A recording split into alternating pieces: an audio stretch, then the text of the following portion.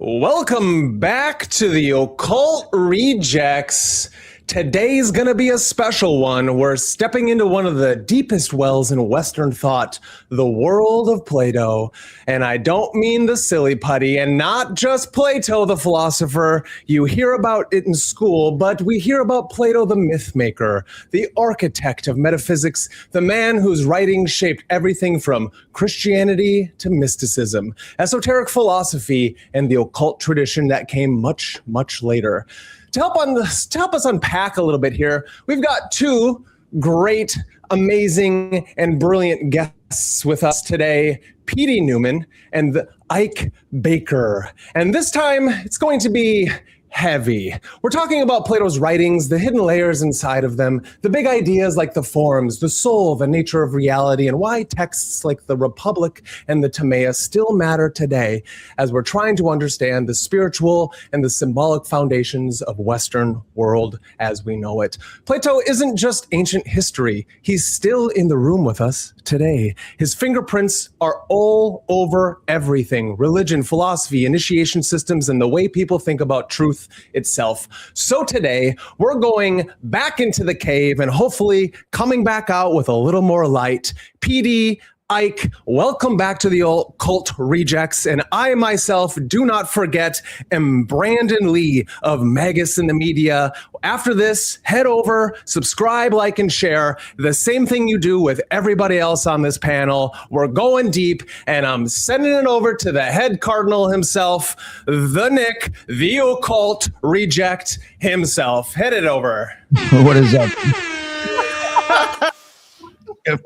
Funny. Oh, I love it. Thanks, Jules. Banger of an intro. Thank you so much, Brandon. You're welcome. Appreciate it. I appreciate Ike coming here. I appreciate PD Newman coming on. Ike, I really appreciate you even setting this up. I mean, this is amazing for me. So thank you all. You can check out the Occult Rejects, BitChute, Rumble, YouTube, all major podcasts. If you feel inclined to send money, we do sell T-shirts too for $25 a piece. You will get it delivered to your house. So if you're interested, hit me up on social media. And that is all. Let me introduce Judith. What is going on? How are you? Hi, I'm the Loon. You can catch me on YouTube as the Loon and on X. And I just do some self-care and some internal discussions. Thank you for having me. No, of course. Thank you for joining. I always appreciate it. And my man, Jules, just saw you a few hours ago. What is going on, brother? Thank you for joining us again. What's up, man? Thank you for having me, guys. Jules, host of the Gray Pilled Podcast, handsome Hierophant, Mississippi Mystic. Glad to be here. It's been a while since I've been on an Occult Rejects episode, so I'll probably keep my mouth shut for most of this one. I don't know much about Plato, but I am willing to learn. So Ike and PD, it's good to meet you guys. PD, I heard me and you have something in common, being from the same area maybe. So that's pretty cool, I think. Yeah. I didn't know you're from Mississippi. Yeah, man. Yeah. Mississippi Mystic. It's what part? Something that I've coined. But up in North Mississippi. Well, central to north, a little north of Jackson. So, okay. Yeah, man. Nick, thanks for having me. And guys, follow me on X at Gray Pill Pod and go over to Patreon. Check us out over there. We do Gods of the Morning Wood every Saturday morning. Nick and Headless usually join us. And this morning we covered the Nag Hammadi text. We covered the Sanctum. I really want to say Sanctum Rectum of the Tarot, but Sanctum something. I don't know. And then the Delphic Maxims. It was a banger, and it will be going private in a few hours. So go check it out after this if you want. Thank you very much, Jules. I appreciate it. Here. Stoked to see all my fellow rejects. Hell yeah, brother. It's good to have you on. And Mr. Robbie Marks, the storyteller himself. What is going on, sir? Yeah, thanks for having me on. This is going to be a fun one. I am R. Marks, artist, illustrator, and do a variety of research into various subject matters. I have the MetaMindcast, which is my podcast, various interviews like this and stuff esoteric subjects that I cover. But if you want to check out all my miscellaneous links, you can go to my link tree, which is linktree RMARX. And I will say that over the last couple of years, I've pretty extensively been really digging into Plato. And I'm just completing laws right now. And so it's been quite the journey going through all this information. And I'm really interested to see kind of, where this whole conversation goes on just Platonic, philosophy, the governmental processes, the various gods and goddesses and temples, and it's just some really it's stuff that I really enjoy, and I appreciate you having me on, Nick. Of course, Robbie, you're always a pleasure to have on the show. And we got Eros. What is up, Eros? Good to have you back. Yeah, I'm thank you, and thanks for having me on. I'm so excited for this one today. Plato was the first to create this unified ethical cosmology, and he coined the term demiurge and the ideal forms, and was the first to talk about Atlantis. There's just so much that could be said about Plato. It's like how we're not going to be able to cover much, I'm sure, but very excited. You can find me on X at Eros to Ethos, and you can find me on YouTube at Erosub. Thank you very, very much for coming on, Eros. And Ethan Indigo, what is going on, sir? Well, thank you so much, everyone, for being here. Brandon, dope introduction. PD, Ike, I'm really excited to speak with you guys.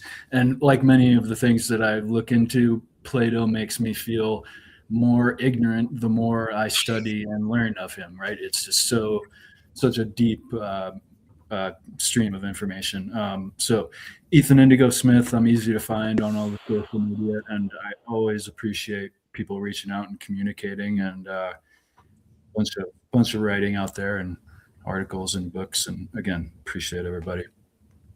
Appreciate you making it, Ethan. And finally, to the guest, Ike, please, sir. People don't know who you are already. Let's remind them. Where can they find all your amazing work? I will be moonlighting at Chuck E. Cheese for the next month and a half. If you guys want to come down, it's over here just outside of Charlotte. They told me that I can't bring a full-size guitar. I have to bring a ukulele.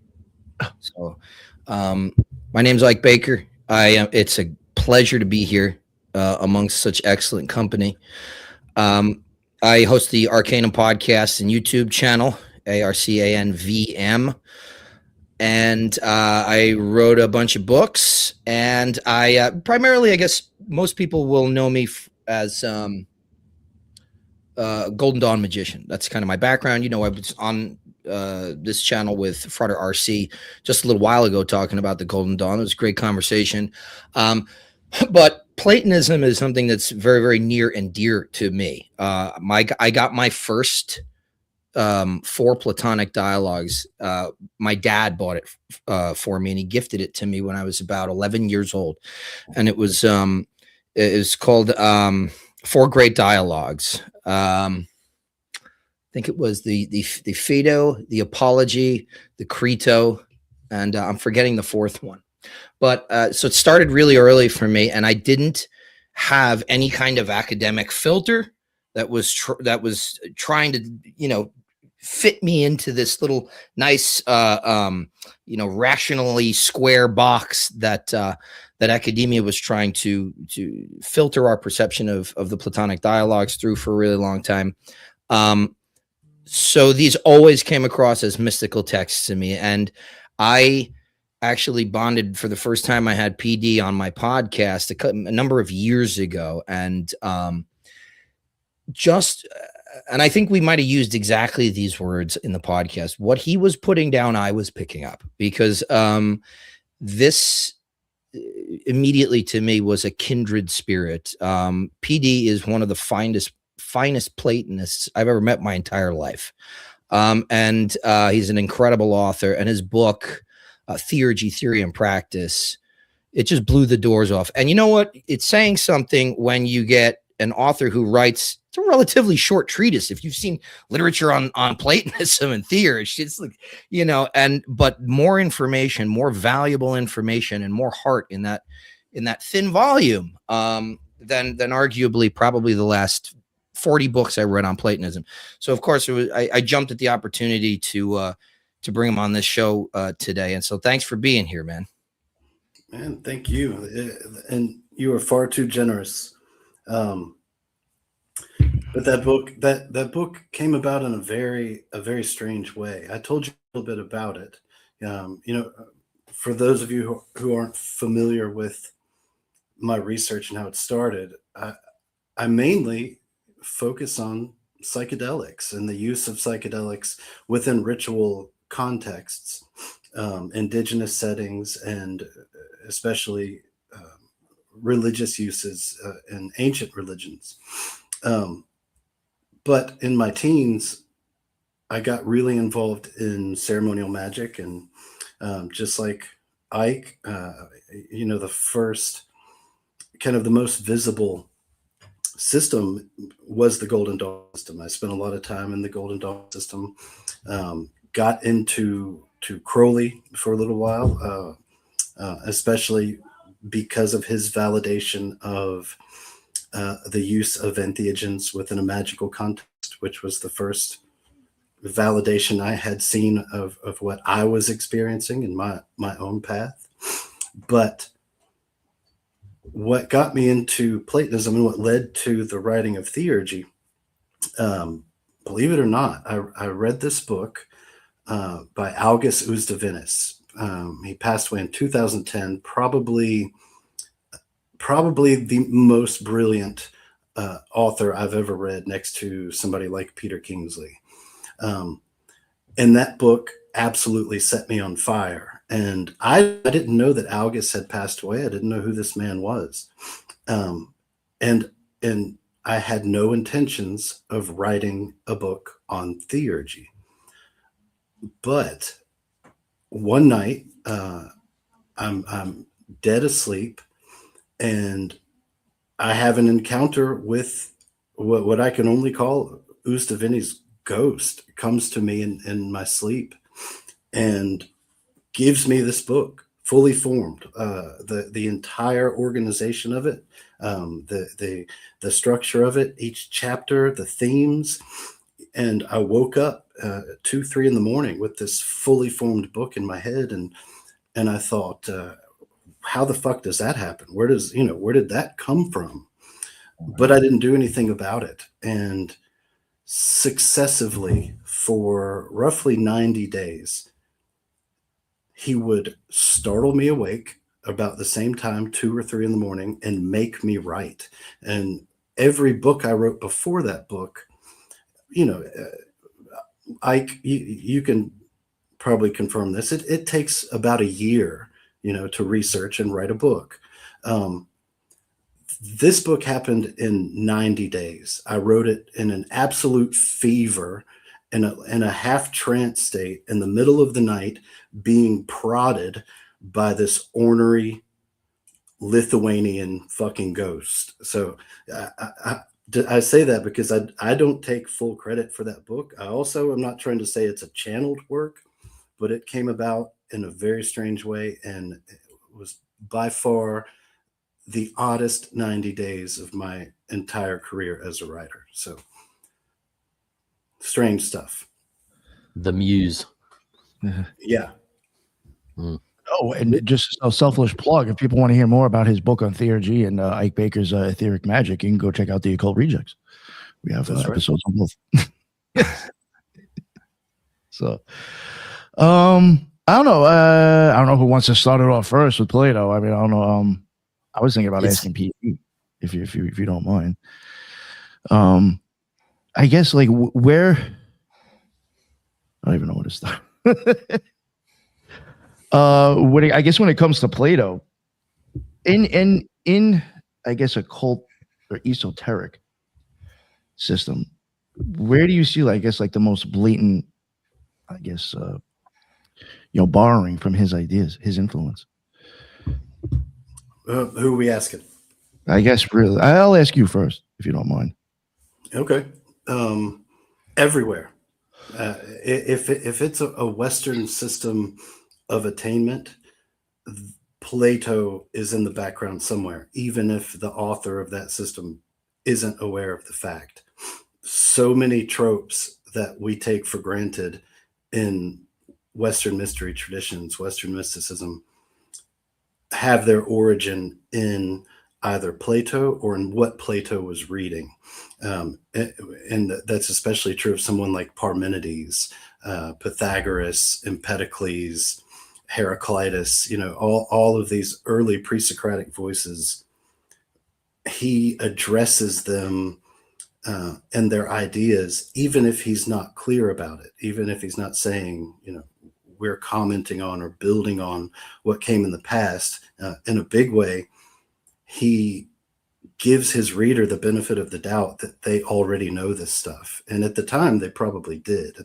Within the academy, they certainly would have been familiar with those texts.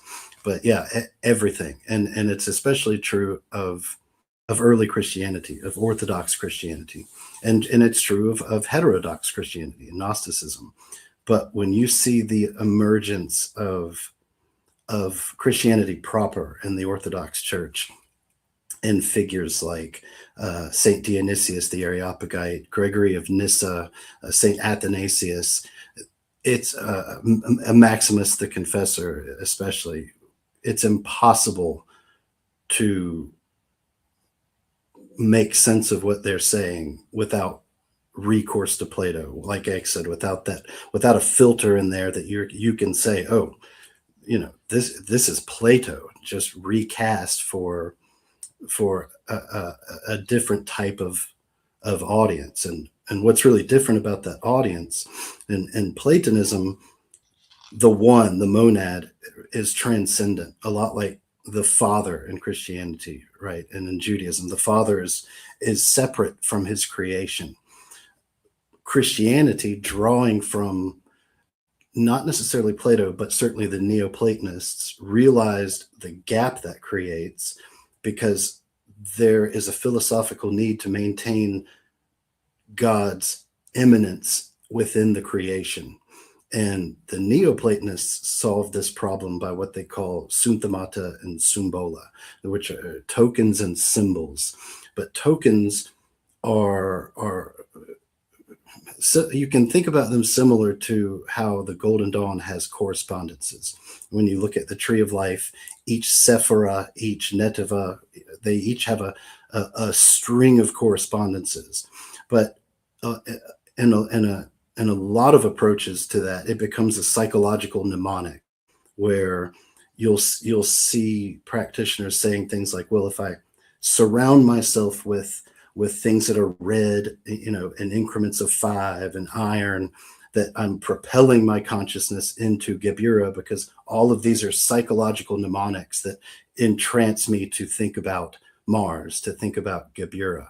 But what's different about the way the Neoplatonists think about these tokens are that they don't represent the gods. They are the gods in fractal microcosmic form. So when you interact with iron, you are interacting with Mars, only simply the way Mars manifests on this plane. So Christianity takes this and transfers all of that into the figure of Christ. Christ becomes the immanence of God within this creation. But that couldn't have happened without Plato. I like to say that Christ was born and crucified in a Platonic cosmos, in particularly a Hellenistic cosmos. And the best example of that is in the Creed, where it says that Christ descends to Hades, right, to release the saints. Well, that means he descended to a Greek underworld, right? So in the same motion, it confirms the Greek cosmoconception, but it also overturns it in that for the first time, people can get out of Hades and into heaven, which for them would have been Mount Olympus, where men don't go, men aren't allowed there. But Christ confirms it and overturns it. So no Plato, no Christ. Here. Yeah, absolutely. I you know, like people will get confused when I tell them that I'm a Christian. I was like, wait, hold on, you're a magician too? You claim to do the Golden Dawn? It's like, yeah, first of all, you know, there's definitely some sort of, it's not necessarily the person's fault per se, but you know, exoteric discussions about religion always devolve upon the same issues, which is a definition of terms. People will use terms generically according to their own sort of, you know, referencing themselves and what they know. That's kind of like if you say, hey, can you get me a Band-Aid out of the cabinet? What you're talking about is a bandage. Band-Aid is a brand, but you're using that term generically without even thinking about it. And people do that with Christianity. I am in terms of my faith, my outlook on the world, I would say that I'm somewhat a little bit more pre-Nicene contemplative Christian. Also, you know, I practice and administer the 7 sacraments. Even though I'm not Orthodox technically, I'm Orthoprax. So I'll practice those rituals according to the Roman rite or the Coptic rite. And then I'll say, look, my metaphysic, hell, even my theology is Platonic. You know, the early church, I mean, you look at any reading. Augustine's the obvious one. But if you look at even like the Desert Fathers, they're using, and this is true of the Hermetica as well. We like to, for what I believe, like reasons of political correctness in the modern day, we like to attribute the Hermetic text specifically to the Egyptians. But in reality, there's no Hermetic text that predates the Platonic dialogues. And not only it's written in Greek and Coptic is mostly Greek in terms of the alphabet, and they're using discrete Platonic terms in context. Words like psyche, right? Soul, nous, higher consciousness, logos, these kinds of things, using those Platonic terms in that specific Platonic context. It's the same thing in the writings of the Desert Fathers. When they talk about, I mean, Evagrius of Pontus, who was the great, you know, taxonomist of early Christian demonology, he talks about the soul having 3 parts. Okay, we first see that in the Phaedo, the Platonic dialogue. He's talking the tripartite nature of the soul, and he's talking about how he came out here in the desert so he could raise his consciousness up out of the appetitive, which is the lowest part, and into the rational, the logistikon, you know. So there, as PD rightly points out, I mean, it is so diffuse. We're only like, truly, the modern commentators, specifically through esotericism, and what I would say adjacent to academia, this is the first time I'm seeing in a very long time commentators that are looking at this stuff and realizing just how significant it is. And we're beginning to, I see a movement now in the modern day of people starting to interpret this stuff, not in this very sterile, you know, let's put this thing in a glass case and put a little light on it, like, but interpreting it from almost from a position within the tradition. You know, so it's almost like we have a new Neoplatonism here that's working. I mean, that's what the old commentators were doing, you know, and somebody mentioned that they felt ignorant by reading Plato. And I mean, even the early Neoplatonists talk about that, you know, they, you know, so it's quite interesting. But I would say that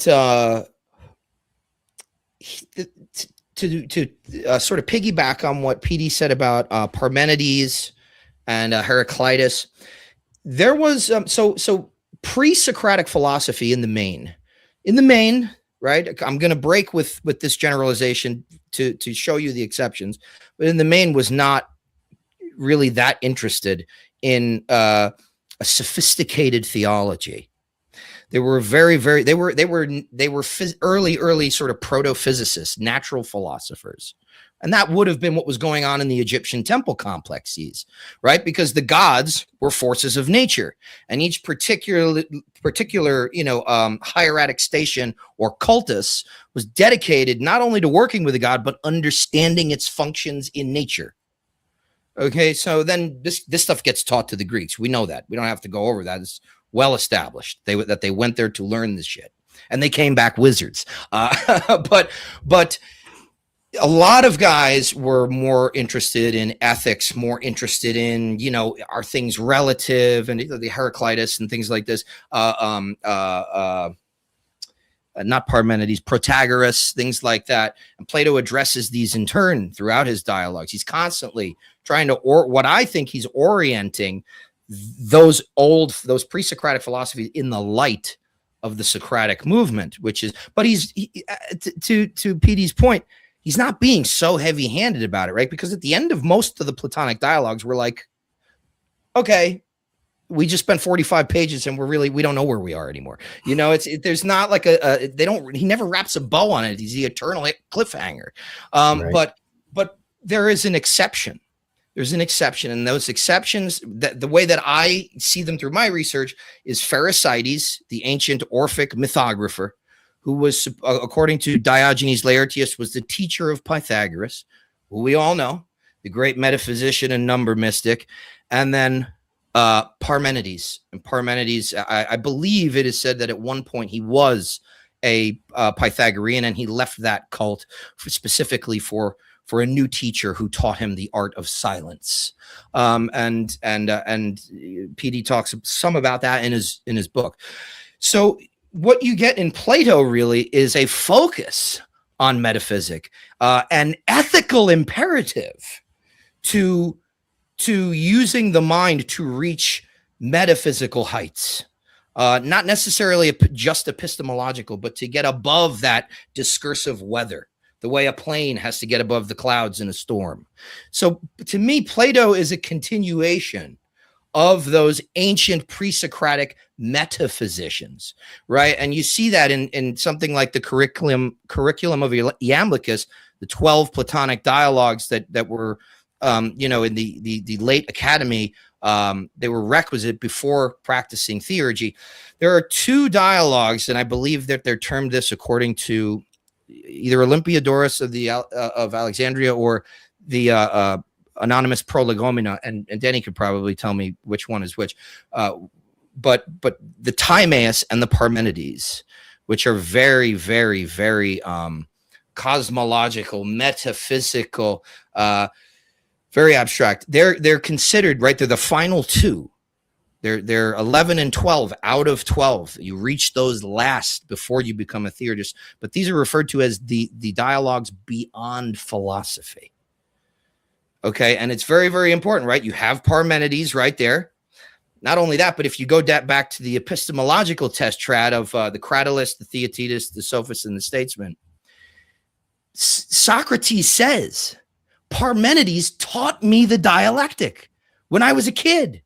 And then in the Parmenides, that final, series finale of the Iamblichian curriculum, it's the retelling of the story between Parmenides, his student Zeno, and the young Socrates. As a matter of fact, in the epistemological tetrad, Socrates hands the mic over to somebody who we call the Eleatic stranger, the Xenon, the Eleatic foreigner, who then asks questions of a younger person named Socrates, who's not Socrates. So there's a lot of this coding and a lot of this layering in there to point who the forebears of this tradition really are. And then, of course, the Timaeus, whether you believe it's misattributed to Timaeus of Locri or not, it's an anachronistic sort of attribution.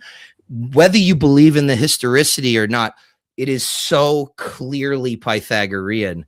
So at least, as far as what we know about the cult. So yeah, all of that stuff ends up becoming one way or the other, particularly, and this is the point I tried to make, and I'll end here. The point I tried to make in writing my first book, A Formless Fire, was to show the trajectory of how we come to custodianship of these capital M mysteries. And it is through the initiatory societies that took place, obviously in the 18th, 19th, and early 20th centuries. They were going based off of, they were not necessarily just doing money magic and goetic conjuration. They were interested in theurgy. The Golden Dawn specifically states in a series of documents called the Flying Rolls, which are foundational to the Inner Order, you've come here to do theurgy, whether you realize it or not. Theurgy is the purpose of this. And then sprinkled throughout their rituals, which you really gotta listen to understand, are two things: the Christian New Testament, really the Gospels, and Neoplatonic literature. There are sayings from Proclus in the Neophyte ritual. So it's very, very that is, to me, that is the real tradition for me. And you get things like the grimoire tradition outside of academia or clerical custodianship and given to us sort of egalitarian through people like Mathers and Crowley, who came right out of and put these things in our hands, came right out of the society, these initiatory societies. So with that, I'm going to shut up and hand it back to PD and refill my coffee. I'll be back in 2 seconds. No, he's absolutely right. So I agree with everything that he said. I'll ask a question if you don't mind. This is sort of for Ike, but maybe for Pete. Would you also say that you're a Christian, PD? That's an interesting question. So I was baptized into the Orthodox Church, and I am absolutely smitten with the Divine Liturgy as probably the most well-preserved theurgic ritual available, through the practice of theophagy, of God eating. It spells out in symbolic form exactly how these tokens work, and how engaging with them in a proper context has the ability to awaken their corresponding logoi within the soul. And I think the Divine Liturgy is it really is something special. That being said, there are so many heretical bones in my body that I mean, I can't just say I'm an Orthodox Christian, because so much of the lens through which I view the ongoings of the liturgical cycle is colored by people like Origen and Clement of Alexandria. And while they are incredibly important figures, the church has kind of whitewashed them. Let's get them out of here. They're not saints. We don't recognize them. And there was this, I forget his name. He's a theologian, an Orthodox theologian, but he was describing the role that Origen played in the early church. And he basically says that, we've got the church fathers and they're playing soccer and they're enjoying playing soccer. And Origen enters the picture, runs on the field. He says, I'm going to play, but he picks up the ball and runs off with it. And in the process creates football instead of soccer. And so the church fathers get pissed and kick him off the team. Then once he's out of the picture, they all continue playing football. And that's so real to the program and what kind of an influence those two figures had. But at the same time, if you say that out loud within a proper Orthodox setting, you're going to get labeled heterodox and probably be requested to take some counseling. I guess the reason that I ask is you both mentioned Christianity and Jesus, and to me a big difference between Platonism and Christianity or the Abrahamic religion kind of pre-Neoplatonism is like, it was sacrificial. It was a very sacrificial religion, which Neoplatonism and Platonism doesn't really encourage or incorporate at all. And so to me, it's like, is Jesus a way of incorporating morality and ethics into the Bible, and also synthesizing it with that tradition that is more sacrificial? I guess I wonder what you guys would think about that. I got a short answer, and then I want to hear what Ike has to say about that. I would wholly disagree about Neoplatonism not being sacrificial. We see that in someone like Porphyry, who is against the sacrificing of animals and has adopted this very early Christian idea that what's being sacrificed to are demons.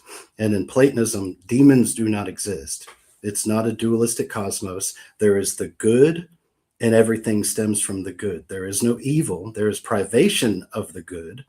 But what privation of the good is a tendency to act in a way as though non-being were real.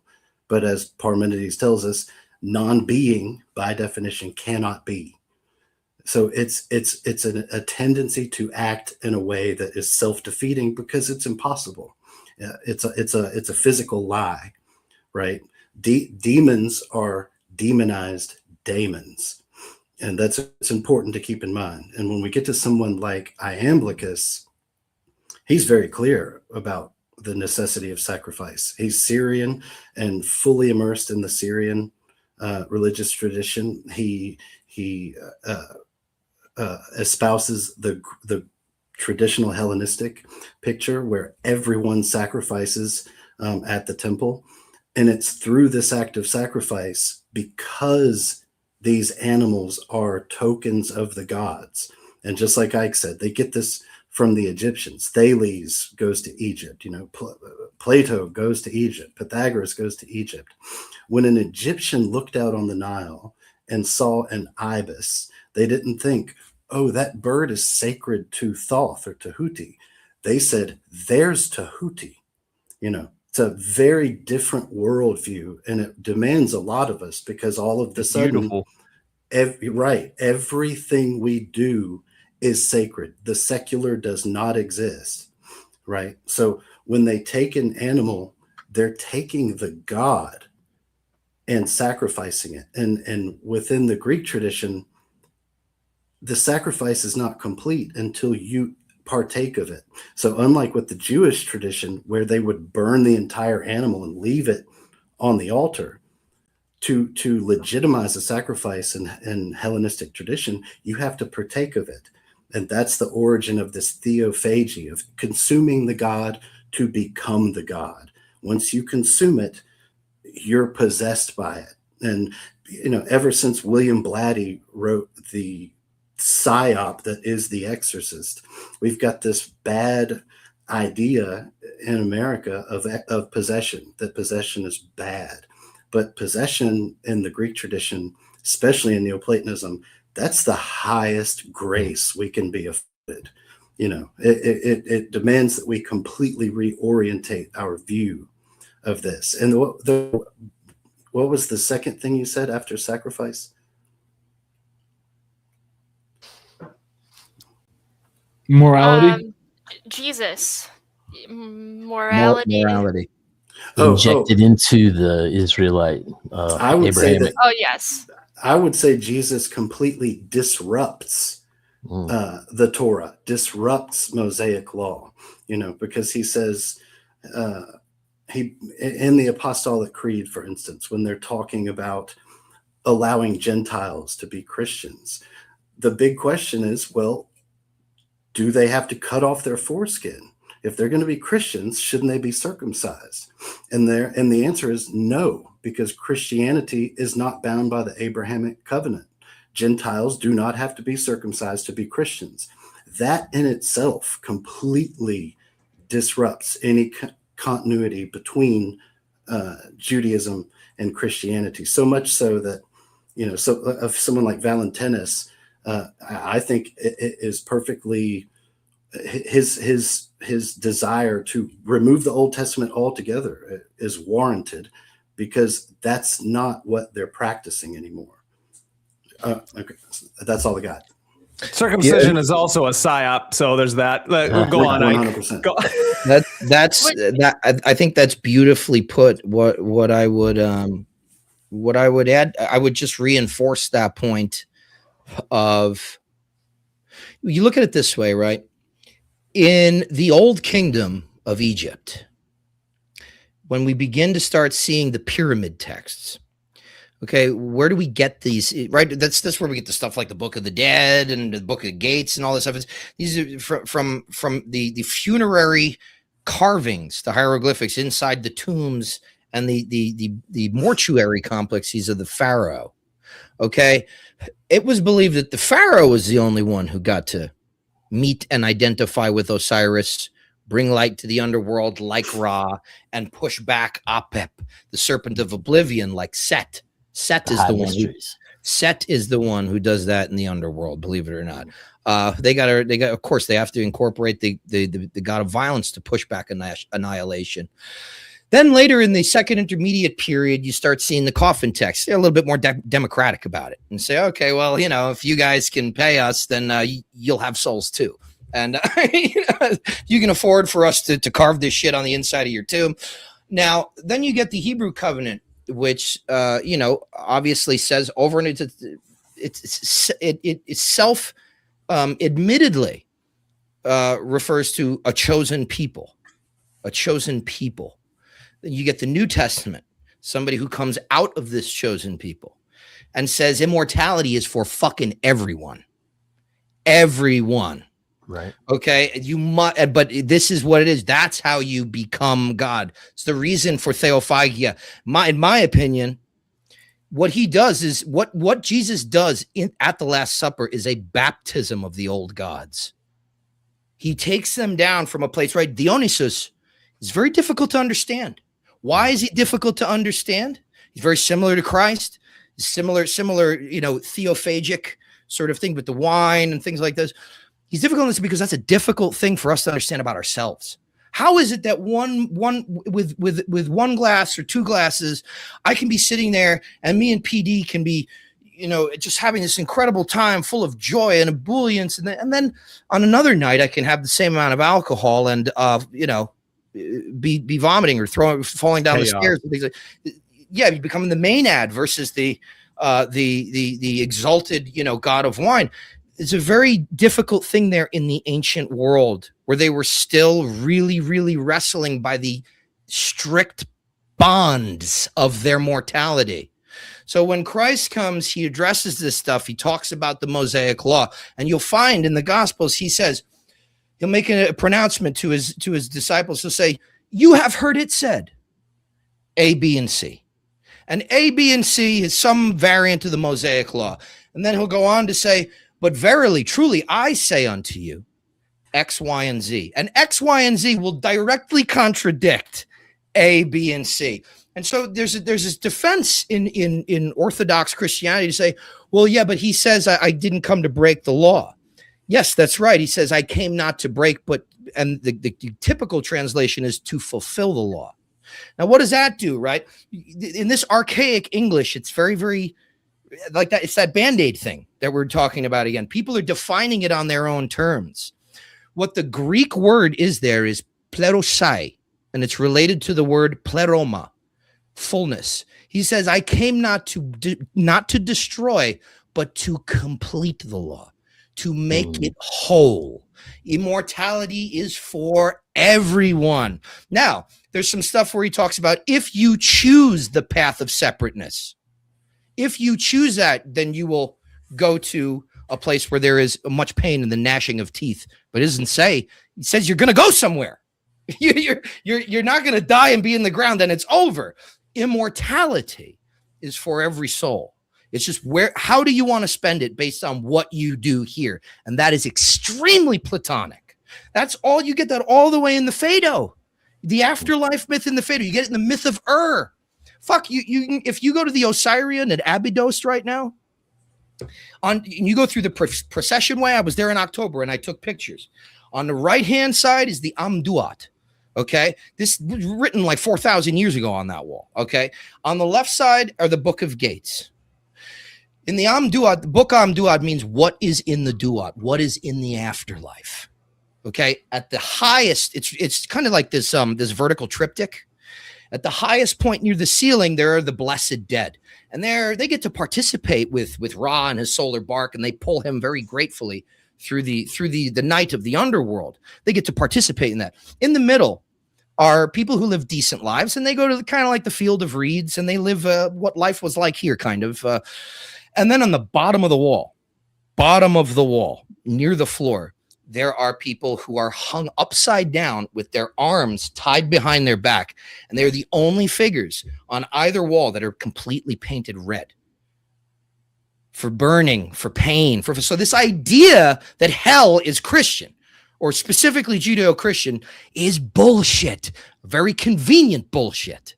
But this stuff is way predates that stuff. So he's coming to talk about here's the way out.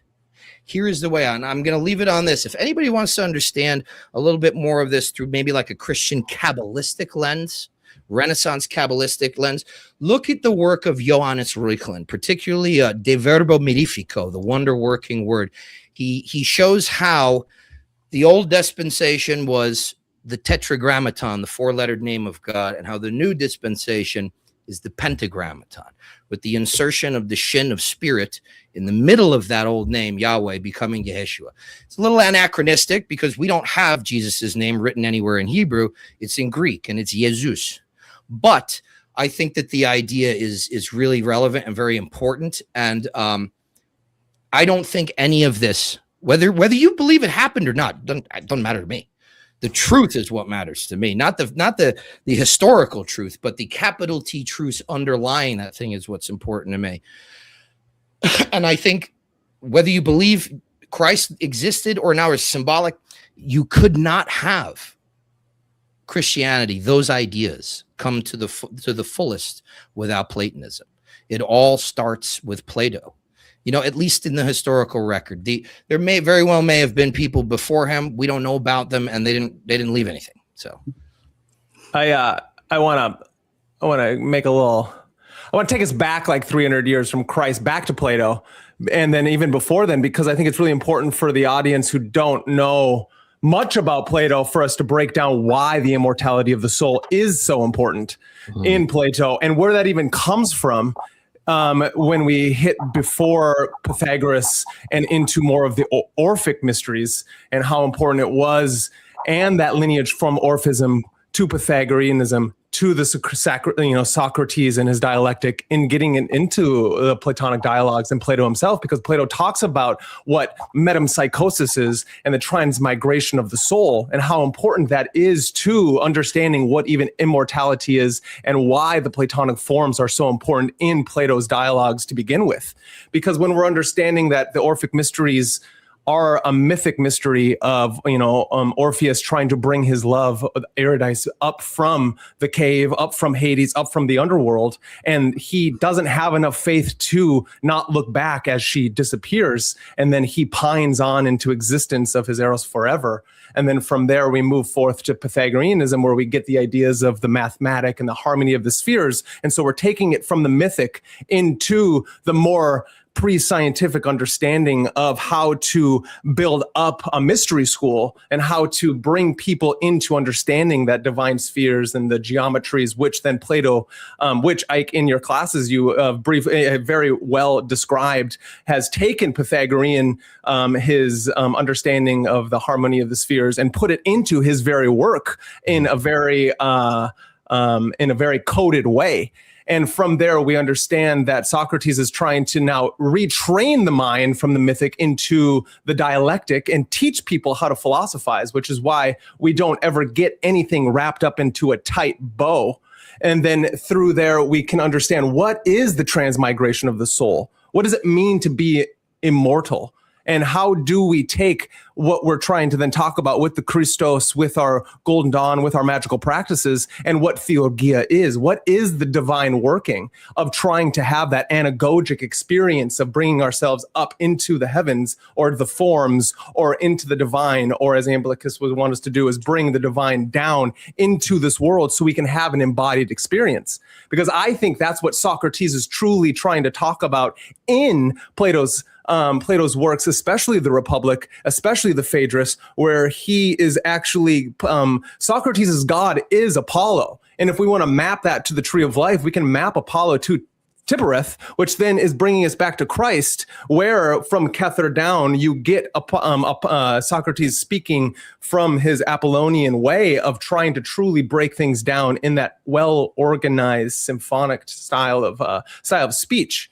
And then that reincarnation that we're talking about with the metempsychosis and the transmigration of the soul is that ascent into the forms. And that forms is every time we die and are reborn, that metempsychosis, that cyclical nature of the soul trying to reach its highest state of the philosopher king. I think that's really telling of what is our path as magicians and what are we truly trying to do here, which is trying to reach that divine state and reach that spark that's within us and get rid of that leaden soul, that alchemizing of our soul. And what he's doing every time, especially in the Republic, every person he talks to, Plato's brothers, which is Glaucon and Theaetetus or whoever the guy with the T name, and everybody else is taking a certain position, as Socrates is like, no, this is how we're going to start philosophizing here. And we're going to start laying out the direct understanding of what is justice and how do we live a just life. And to live that just life is trying to understand how to transcend our current state, which is what I believe PD and Ike is talking about here, is how do we live that path of the Christos or the Apollonian, or how do we truly understand how to philosophize? How do we live the magical life, which is that are unifying ourselves with the forms, or walking out of the cave. And so that's kind of I want to take us back into Plato itself, because I think that's really important to lay the foundations of what is the Western esoteric tradition. It is nothing without Plato. And Christianity is nothing without Plato, because Christianity is laying itself the foundation of Aristotelianism and what Thomas Aquinas did. So without Plato, you don't have Aristotle. You don't have Aristotle was known as the mind of the academy. And so you get the mind and the light, right? The mind being Aristotle and the light being Plato, and you put that together, and Christianity would be nothing and wouldn't exist today without the very foundation and the bedrock of the Western philosophical tradition. So that's and I don't look at it too strictly historical in terms of the way you might look at an organism evolving biologically, so much as I look at the telos, and I look at it less like evolution and more like growing up from a child into maturity. That's how I see the history, and I see a telos, a teleology behind it, meaning a metaphysical purpose, purpose behind it. So I think that really Platonism, it was an early form of Christianity attempting to be like what. I'll put it this way. Forget the label. What Christianity actually was when it was first happening. Okay, that's it in the world, the Christ event. Let's just call it that. Platonism was, for me, that trying to be born into the world. And what do you have? You see a guy named Socrates who's running around telling everybody to walk away from the wisdom of the world. Walk away from worldly wisdom. What happened? They killed him for it. Well, actually, they gave him a choice. Same way Christ kind of had a choice. They said you can either leave, you can be exiled, or you die. And he said, fuck you, kill me. And it's that willingness to go to his death for the right reasons is ultimately where we are all headed if we are doing theurgic initiatory magic. I want to hear from PD though. What do you think? Well, my first thought is in regard to what you said, Brandon, taking it back, and what that immediately made me think of what was the organic, gradual development of this idea of a soul and eventual movement into metempsychosis, and how even that model became kind of allegorized once we get into the Stoics and the Neoplatonists. But the picture of the soul in the earliest literature in Homer, the soul is like an echo, like a dim shade, a reflection of what we are as a living being, right? But somehow, somewhere, probably from the north, Dodds proposes it could be the Scythians or the Thracians, which constitutes that Hyperborea, that north beyond the north.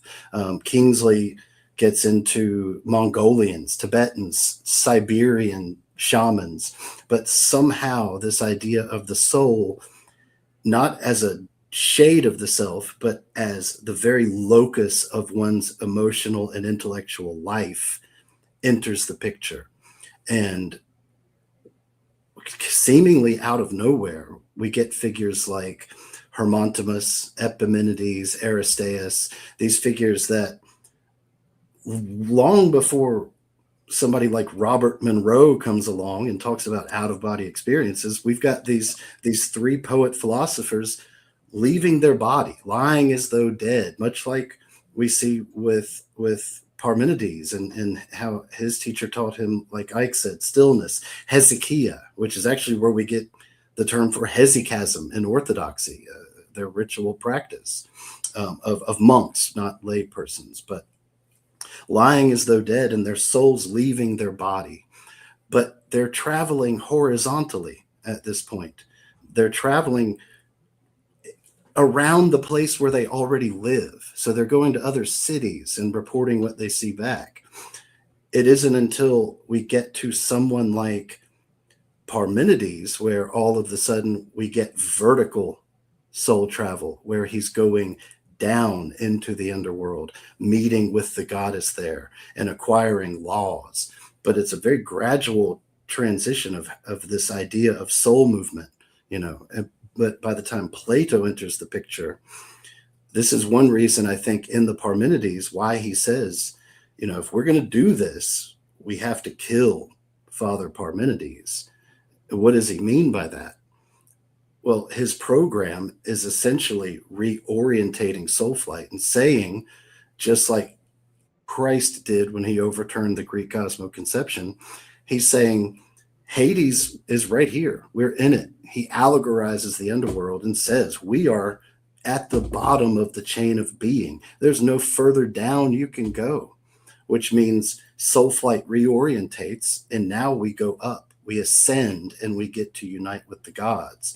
And all of this is what this gradual development of what the soul is, looks like, and does feeds into Christianity and changes it. And when Christ says, like at the Last Supper, like Ike was talking about a moment ago, when he says, this do in remembrance of me, the word he uses for remembrance is a conjugation of anamnesis. And any educated spectator that would have heard him say that would have immediately thought, oh, he's talking about Plato. He's saying that what we're about to do is going to make us remember the divine origins, the divine nature of our soul. He's talking about our soul, So that's what first came to my mind. Yeah, that's great. I think that's great. I find it interesting how this conversation so quickly moved to Christianity, especially and I get why it did, and I'm totally fine with that. I blame me too. Thank you, PD. But why I say that is because the Neoplatonists were being killed off at droves by Christians in that time frame.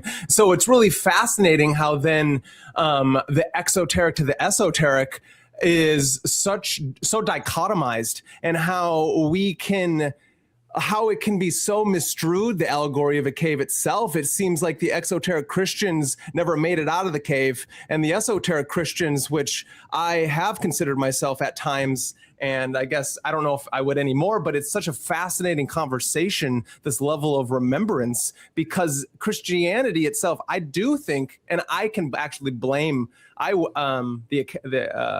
my schooling for this, because I studied Platonism and I have a degree in philosophy. And so I my brain structures it slightly different than maybe yourself, Ike, because of you were raised differently. But it's such a fascinating conversation how it moves itself forward. And so, what do you think about that, and why?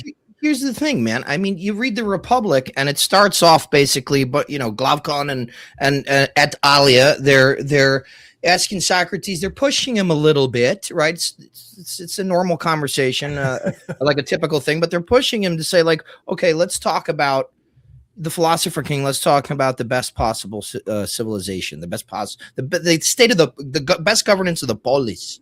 Really, it's not just talking about the external polis. It's talking about the internal polis. Exactly. Yeah, of course. That's a huge part of it. Yeah. But what he basically says, if you listen to it, if you read it, he kind of basically puts it in a way where it's like, look, the best of all possible situations is an agrarian sort of small thing, tribal thing almost. And then they kind of push him for like, okay, well, what about war? And it's like, okay, if you want to go that route, well, now here's this kind of like eugenics hellscape that he just lays out. It's like anything that human beings do, anything that we're going to do will inevitably or really indelibly be imprinted with our highest potentials and also our lows. And I think one of the things that you find a lot in Platonism in particular was a railing against worldly institutions, right? Plato talks about it in his 7th letter, which is one of the coolest pieces of Platonism. And it's the one that I think, and Daniel, tell me if I'm wrong, that most scholars agree out of all the letters is most likely authentic. So Plato's talking about how he basically gives us right there the scheme of like why he's always talking about politics and putting in an ethical imperative on being wise, right? Because he basically says, if you are not wise and you're in charge of governing people, you can do a lot of harm. Okay, so there's an ethical imperative tied to philosophy, and he talks about how he don't forget he lived. Right, this was a golden age of Greece, but he lived during the time of the 40 tyrants. Okay, that was like Gestapo shit. They're pulling people out of their house at night and they're disappearing. And meantime, some of those people were his relatives. So he says in his 2nd letter, he's like, or a 7th letter, I was poised for a life in politics and I walked away. I said, I'm going into philosophy. And then, for anybody that's interested in really getting inside his history, I would recommend reading the 7th letter as well. But I think that's really what we're talking about here. When you look at like any organization is capable of atrocities, but it's usually the smaller and at the beginning period, it's very, very, I would say that's when it's probably most pure. But at the end of the day, like nothing's really ever at its beginning period. We're all evolving out of something else. And, I think I could go on about the Neoplatonic stuff, but I feel like I'm beating a dead horse. So maybe I'll hear from PD. Well, you mentioned the 7th letter and its legitimacy, and beyond the testimonials, it's really the best source for clear evidence of what the Tübingen school calls the unwritten doctrines. That there is this, as esoteric as Plato's dialogues are, there is an esoteric component that was taught only within the academy. And we really get the best picture of that from the 7th letter. And it lines up a lot with the Parmenides, because, Plato, there's so much emphasis placed on the forms, but even in the Parmenides, he allows himself to doubt the existence of the forms. But what comes in place of that isn't really spelled out until the 7th letter, and it's what is referred to as the principles. And it's a lot like with Empedocles. Empedocles has his 4 roots, which are the source of our elements in the West. Now, in modern magical traditions, it's often juxtaposed against the planets. The planets are up there, the elements are down here. For Empedocles, that wasn't the case. his roots are very similar to Plato's forms. He identifies them with gods. Fire is Zeus, and water is Persephone. Hera is air. So they're not the elements as the building blocks of the world in kind of the way the atomists might have thought about it, even though they weren't thinking in terms of elements.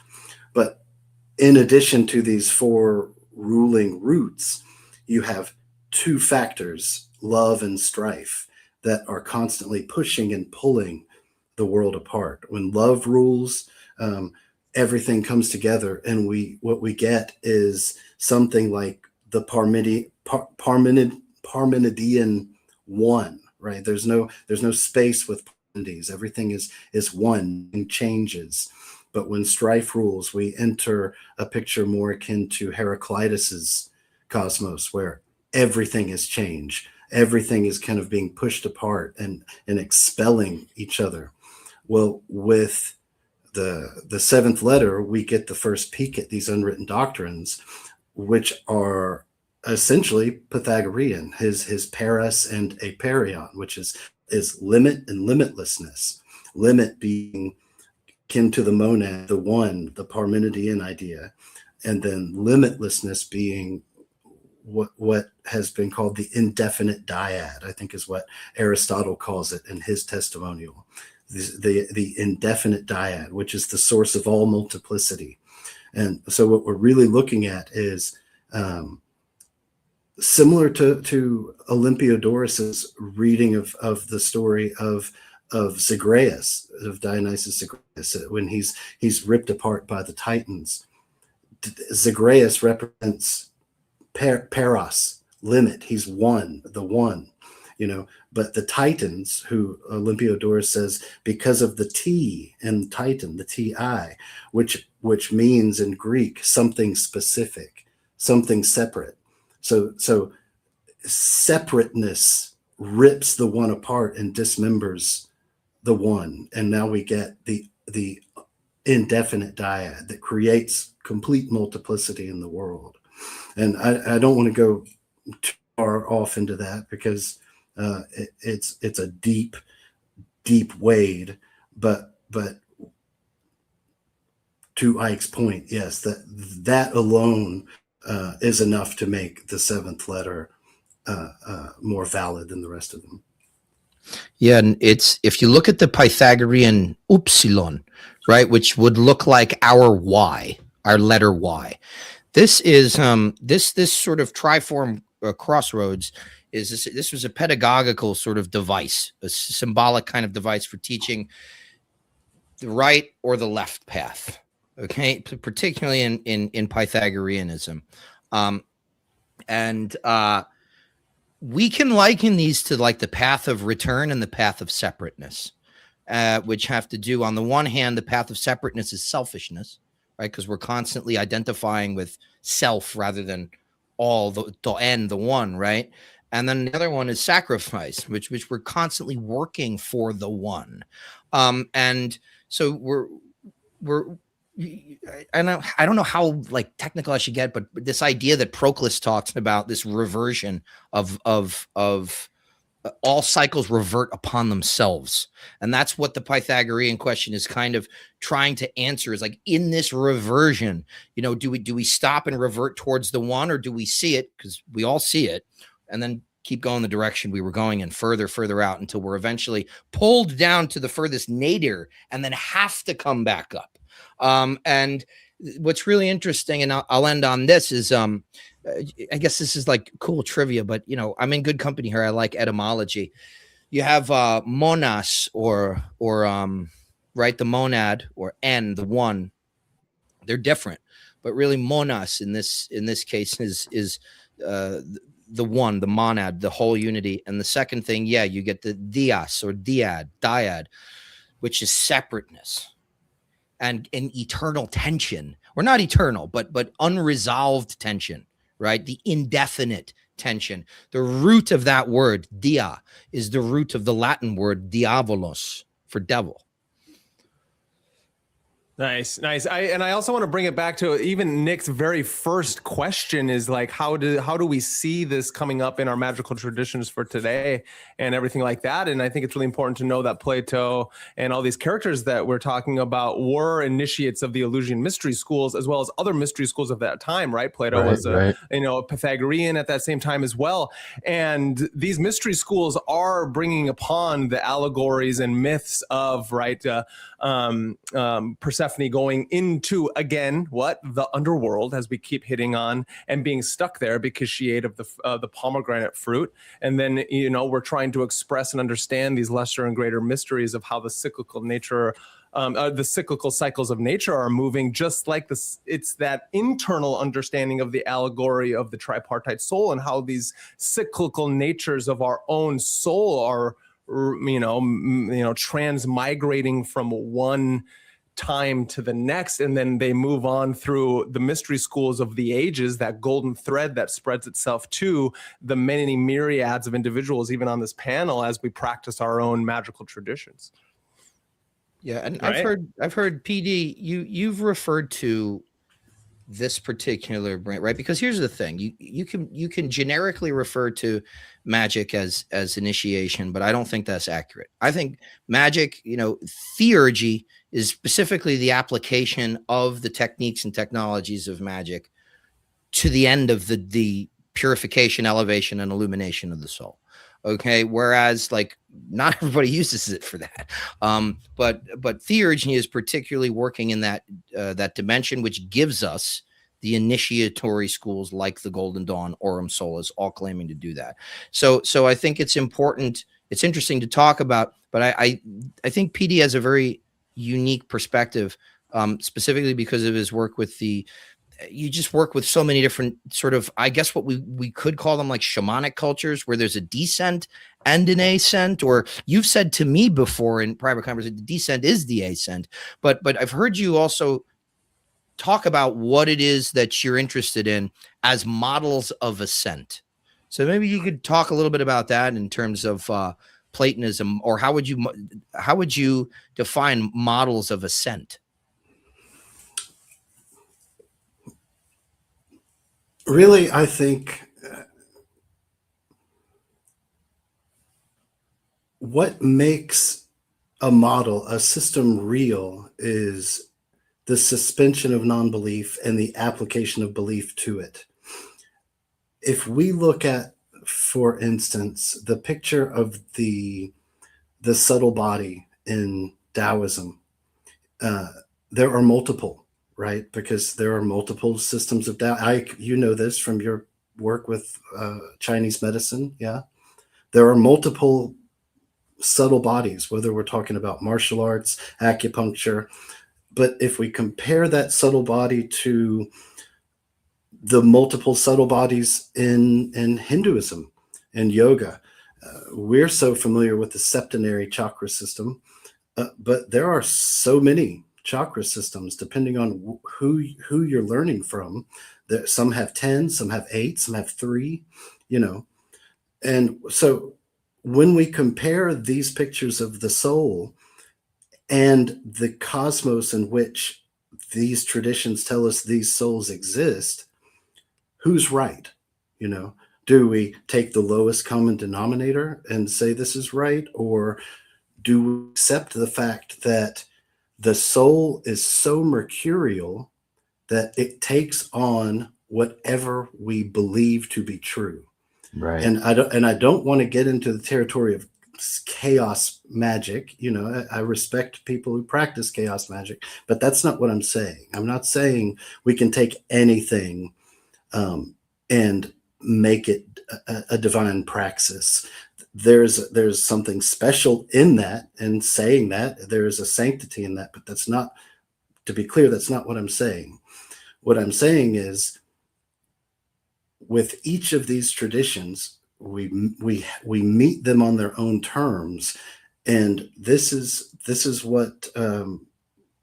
how phenomenology works, how we move between emic and etic perspectives of a thing. We have to take it at its own word and say, okay, let's let's fly this plane right now and see where you can get.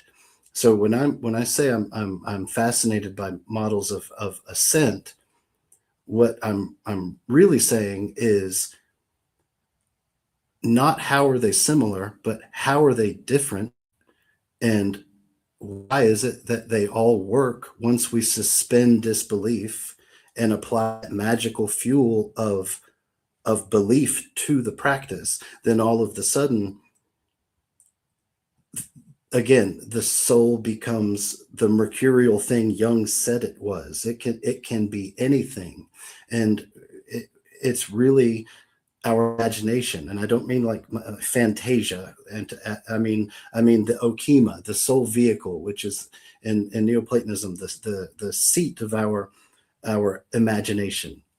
When you look at somebody like Jung or Henry Corbin, and they're talking about active imagination, they're getting that term from the Neoplatonists, because there's a passive imagination, which is the daydreaming faculty, but then there's an active imagination, which comes about through purification of the soul. And this speaks to what Ike was saying a moment ago about how we define things. When we see the word initiation in a text that's been translated from the Greek, what they're usually translating is telete. Telete initiation means the beginning of a thing. Telete is its telos, the completion, the perfection of it. And so what we're really talking about, initiation, is more akin to catharsis, to the initial purification of the soul that's necessary for it to, to borrow from a Buddhist term, to become that clean mirror of the Dharma that will literally reflect whatever world we can conceive. Because in the final analysis, we're not creatures like we think we are. When we say we can unite with a God, we're not saying we can hug them. We're saying that we can remember that we are them, choosing to participate in this kind of an experience. And for whatever reason, we can speculate. I think it probably has a lot to do with the existential boredom that arises from being the one thing. We don't know who or what we are until someone shows us to ourselves. So imagine being the one. There's no environment. You're not in a room. There's not a second. And you could say, well, God's all knowing. It says in the Bible, he's omniscient. But this great theologian, Orthodox theologian, John Scotus Eriugena, he says, what the fuck are you talking about? God doesn't know anything. Knowledge implies duality. There has to be a knower, a known, and the knowledge between them. He's like, I'm not saying God's stupid, but whatever knowledge is, it's the province of man. So how do you, as the one, acquire self-knowledge except to sacrifice yourself, dismember yourself, and Right. you show me? I can get a degree of self-knowledge through interacting with each of you, because each of you are the one. It's not this I think that's what Iamblichus is really getting at, that and Shaw really spells that in his book on Hellenistic Tantra, where he compares it to Abhinavagupta's Tantras, that this is it. And so when Ike says, that the ascent is the descent, the ascent is the descent, we're not ascending or descending. These are geocentric pictures of how the world works. Like Sun Ra says, when you get out in space, there's no up or down. You've got to be on a planet to have an up or down. It's useful while we're here doing this thing we're doing, but the ascent is the ascent is the descent. when we go up, it's really because the gods come down, but no motion has taken place. It's this right here is this holy meeting ground between one thing, not two things, if that makes sense. Yeah, beautifully put. Beautifully put. Yeah. I would say maybe we could, like, my thoughts are, where do you see traces of this? Like, that's what I want to know. Where do you see traces of this kind of stuff in Plato? Because we're familiar with the Neoplatonic elaboration of this stuff. They sort of, if Plato gave us a house, they turned it into a mansion by adding rooms and kitchens and things like this. So one thing that I'm always interested in understanding is, Proclus calls, I think it's in his commentary on Euclid, I think, but I'm pretty sure he calls Plato a mystagogue. It's very different than a philosopher. He calls him a mystagogue, like a hierophant, somebody who reveals the mysteries. Do you think it was just this kind of, feedback looped evolution in some way of Plato, or do you think that they were putting things in there that were, stretched a little ways away from what we see when we look at the Platonic dialogues? Because basically what I'm trying to ask is, do you see evidence for the Neoplatonic worldviews of somebody like Iamblichus, Proclus, Plotinus in the actual Platonic dialogues? Or did they just do you think that they just put bells and whistles on a Christmas tree, so to speak, adorning it with these things that weren't necessarily organically there? I'm just curious because we've never talked about that. That's a good question, a valid question. I think what we're seeing with the Neoplatonic readings of Plato and their commentaries is a group of very profound thinkers pushing a text to its limits. I don't think they're inserting things that aren't there. I think they're finding readings that we can't confirm or dispute because it's valid, right? Their reading is valid. Whether it's there or not, we can't say. And I'll tell you why, because we don't know what Plato thought. Plato put all of these different perspectives in the mouths of other people, and that's the beauty of the dialogue, is that it allows dialectic to emerge through the interaction of these oppositional perspectives. But as far as what Plato himself thought, we don't have a fucking clue what Plato thought.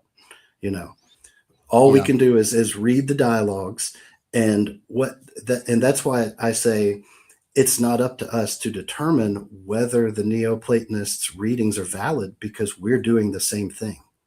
Mm-hmm. We're walking away with our best perception of what they're saying, and we ourselves push these texts to their limit, even if we try to limit them and say that stuff's not in there, because we can't know that. We can't know what Plato is saying himself. And to your point, you consistently see over and over Plato saying, he's like, well, I don't know anything. I'm just asking questions. In true Socratic form. In true Socratic method. And he's breaking things down to the essence of what the forms are, to the point that a lot of times when they get done with the conversation, the person will be like, well, I don't know what I believe anymore, or what I thought I believed. I do that all the time and did not know that's like the little method that was used. Wow. But that is the logical, as far as the logical structure of logic, rhetoric, and fallacy, that I think kind of comes forth into, again, the Christ phenomenon, calling himself the truth and the way and the light.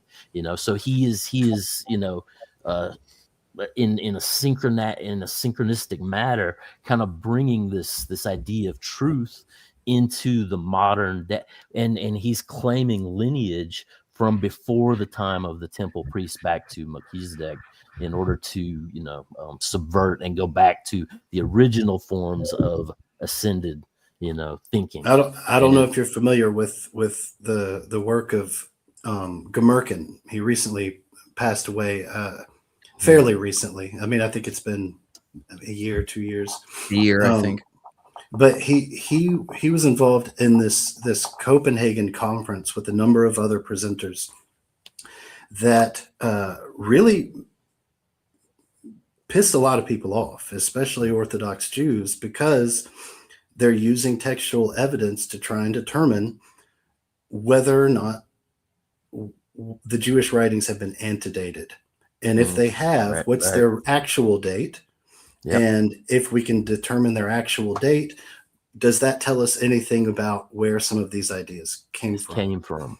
And that's when you get into the early, as far as the first 5 books of the Torah, and the church coming out and saying these are the books of Moses. Voltaire, he argues and shows all, and he says, they're not brought up in the Psalms, they're not brought up in any of the past, texts, and so they just kind of, it's like, as far as the dating of these things and when these things came, there's the Numenius. He makes this statement. He says, "What is Plato but Moses speaking Attic Greek?"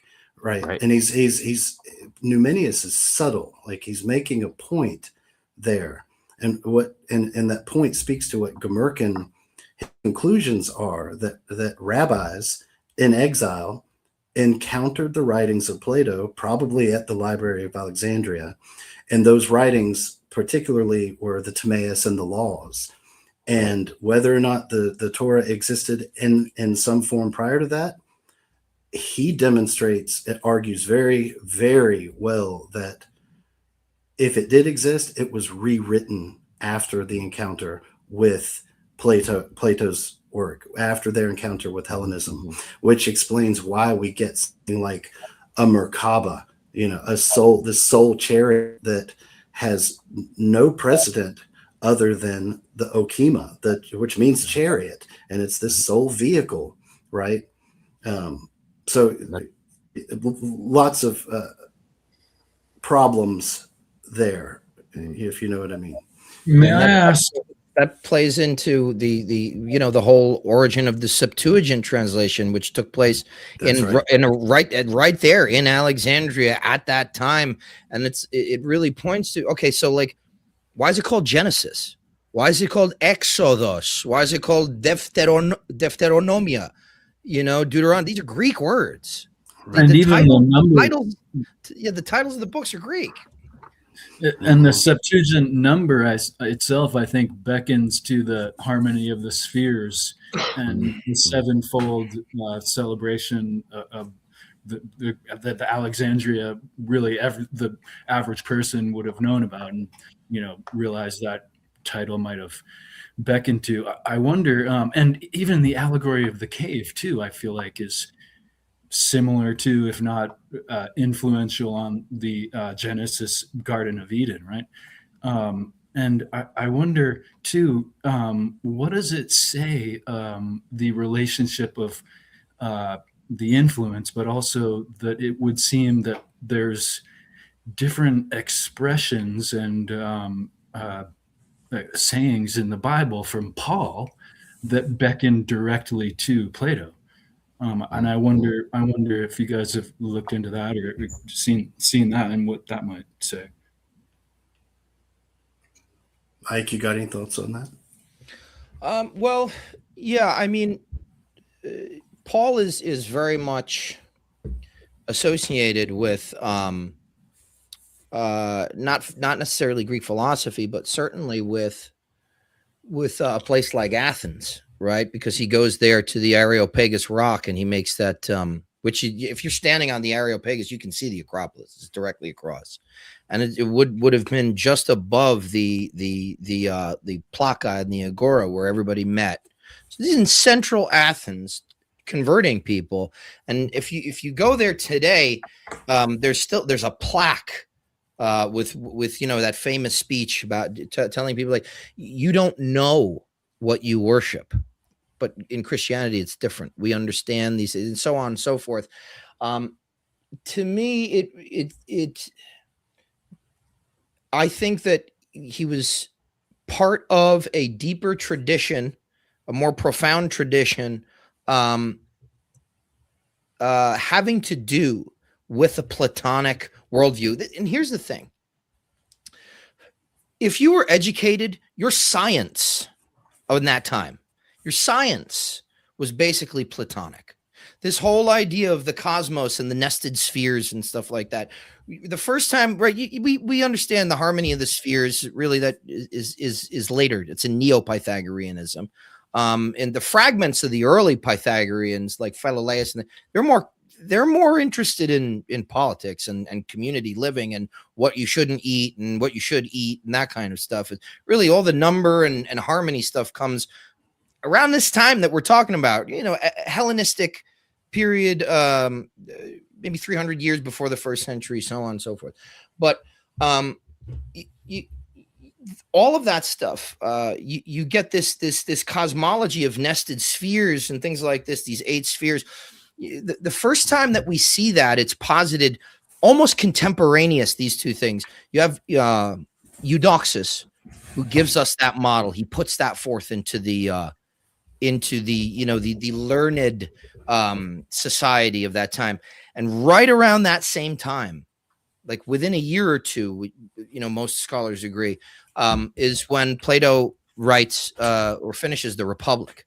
And at the end of book 10 of the Republic, there's this little section called the Myth of that gives us that whole kind of nested sphere cosmology. And you'll see in the writings of Paul, which kind of tie into what PD was saying about the Merkava tradition. He talks about how, most biblical scholars and people engaging in hermeneutics, they'll say that he was talking about himself. I don't know, but sure. He's talking about, I once knew a brother who was assumed, who was taken up into the third heaven. So he's using Platonic verbiage to discuss this, but I don't necessarily know that he's like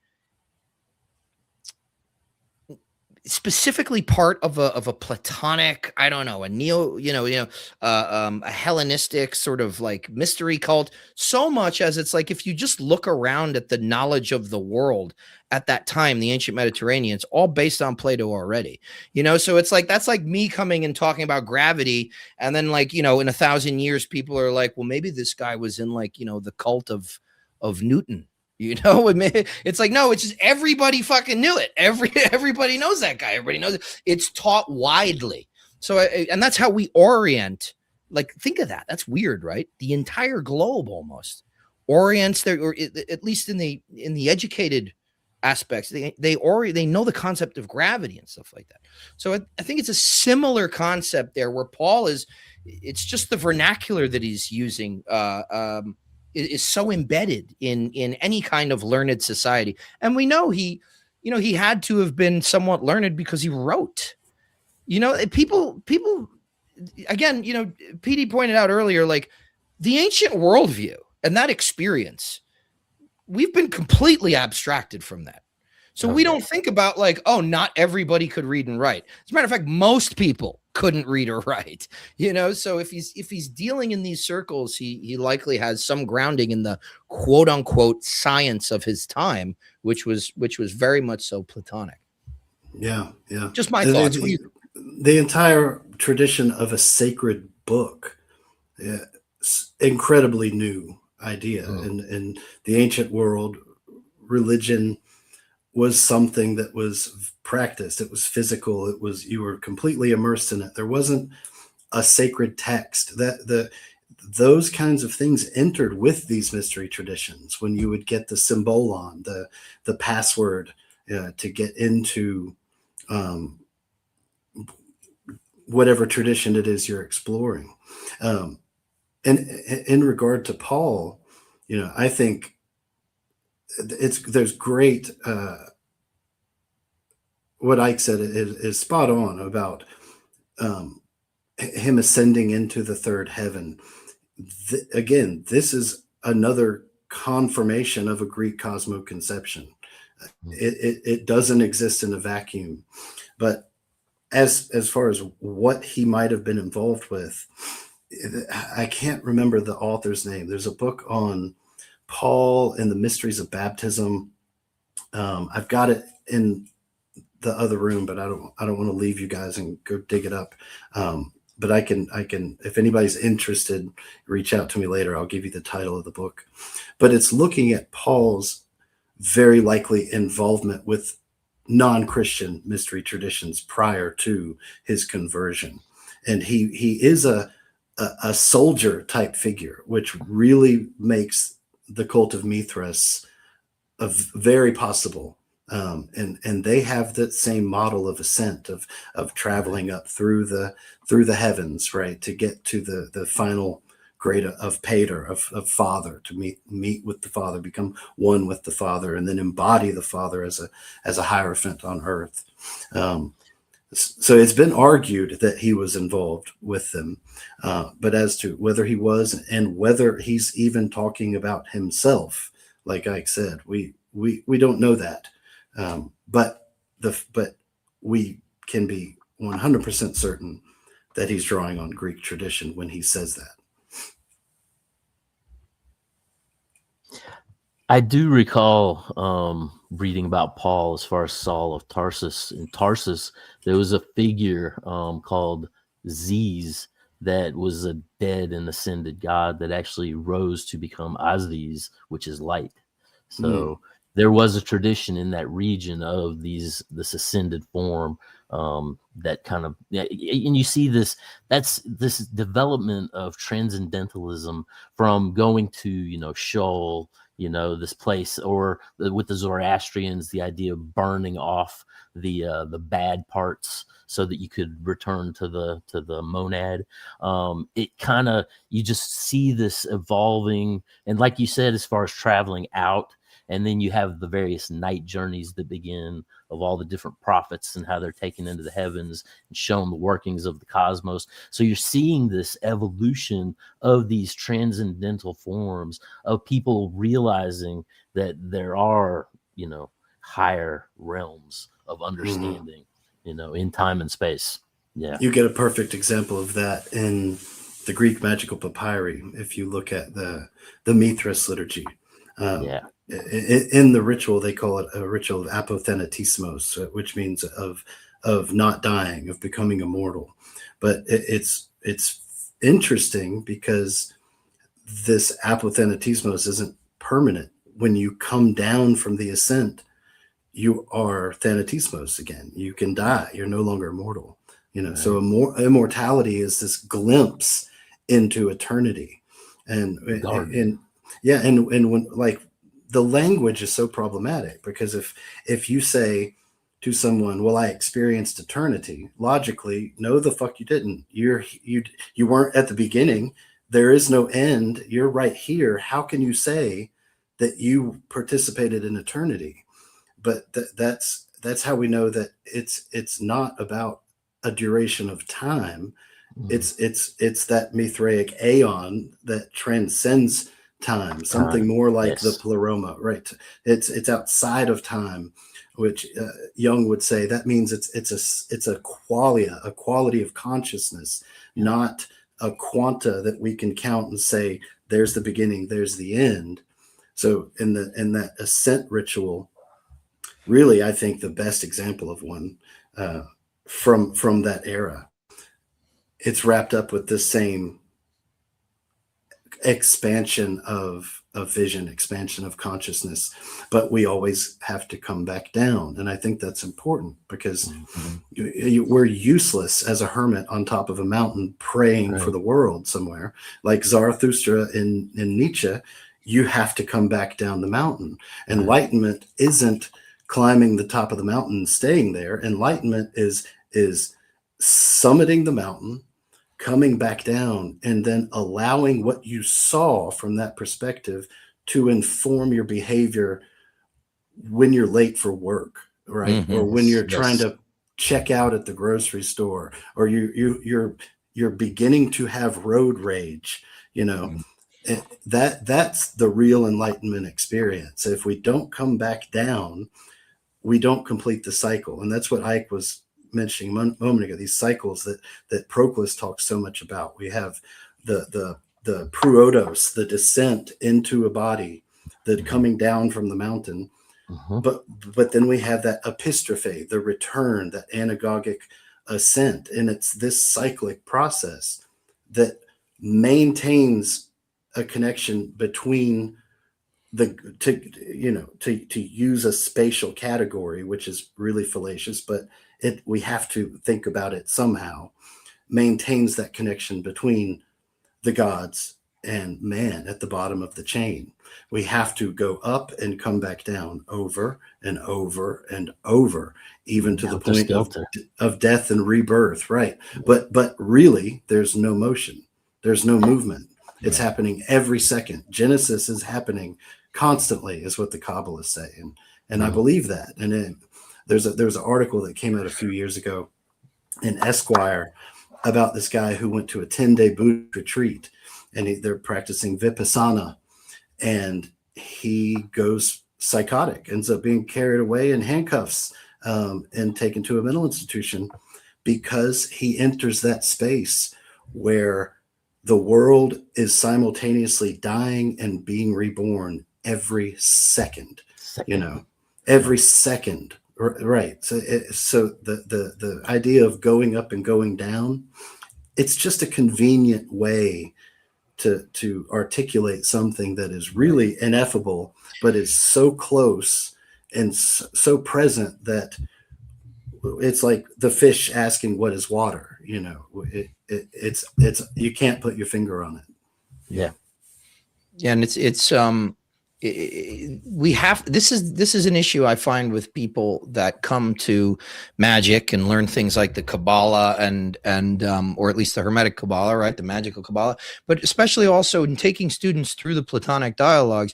This is something that I kind of have to combat, where it's like, this stuff should be a scaffolding to the project of what should be an internal experience, a gnosis. Somebody asked me, I spoke at the Sacred Space Between the Worlds conference yesterday in Maryland, and I gave a whole thing on theurgy, right, but magic and myth in it. And I got a question that was a valid question. It's like, would you consider theurgy mystical? I said no, because it's ceremonial, but theurgy should make you a mystic, because the experiences that we are having are here in the eye of the soul, type of thing. And again, in the active imagination that's being seized by the divine and divinized. This is a big thing when we say catharsis, right? Purification. A lot of people think it's this moral thing. It's like, well, my soul feels pure. I don't feel like I need to, it's purification is the removal of obstructions to right view.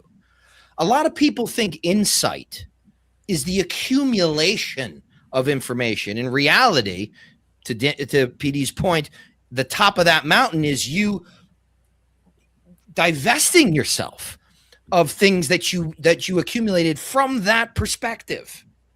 And so insight is clarity. It's not, it's not about how much of this stuff you can pack into your brain if you're going to put the cart before the horse.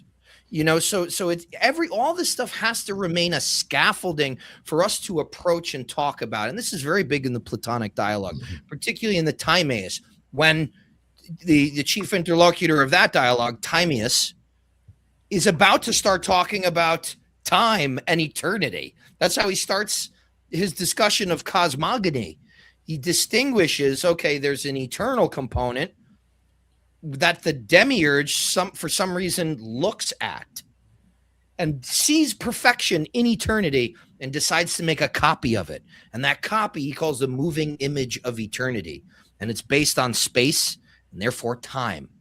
And if you notice, there's a threefold nature to it, right? And this might be a little esoteric for people, but I'm assuming if you're into me and what PD do, you're kind of familiar with this stuff. He takes the circuit of the same and the circuit of the different, comprised of this kind of even and odd quality. They're two-dimensional. They're circles, two-dimensional. Now, how do you create three dimensions from two-dimensional figures? You insert them into each other. And now you've created a sphere. You've created three dimensions, beginning, middle, and end. That is, he's creating the paradigm of time, right? Because then he says, this isn't the cosmos. This is the blueprint of the cosmos. Right. Time, cyclical nature. But what Timaeus, in talking about all this, he says, listen, there's really no way that we're going to be able to actually put this shit into words. Mm-hmm. So I'm going to do my best to talk about it mythopoetically, I like to say, rather than mythologically, because there's a stigma to that. Mythopoetically, we only have recourse to mythology to really show this to us. And as Socrates says, I think at the end of the Myth of in book 10, he does a brief digression where he says, if the myth had convinced us, it would save us. Well, and with Timaeus and that cosmology, you also see a very similar aspect in Zoroaster in regard to the beginning, the middle, and the end, and bringing about the end times philosophy through Judaism into modern Christianity and Islam. Mm-hmm. And the necessity of these myths, like Ike said, it's what allows us to discuss this. Our minds need a picture. It needs something to hang on to. Without that, what we're left with is what's called apophatic mysticism, which is a mysticism of negation. Anything we say about the divine is wrong because it's limiting it to that thing. Anything we could possibly say. So we deconstruct our picture of the transcendent step by step until we face what Dionysius, the Areopagite, called the bright darkness, but he doesn't leave us with that. He goes on to say, but we need cataphatic mysticism, and cataphatic meaning to bring it down, to bring that high, lofty, transcendent something down into something we can discuss and talk about, like a crucifix or a tree of life, something that can give us a picture, because the human mind needs a picture to hang on to, even if that picture is completely superfluous, fallacious. It'll never do justice to what we're talking about. But without that picture, without that myth, there's nothing to talk about, and then you fall into that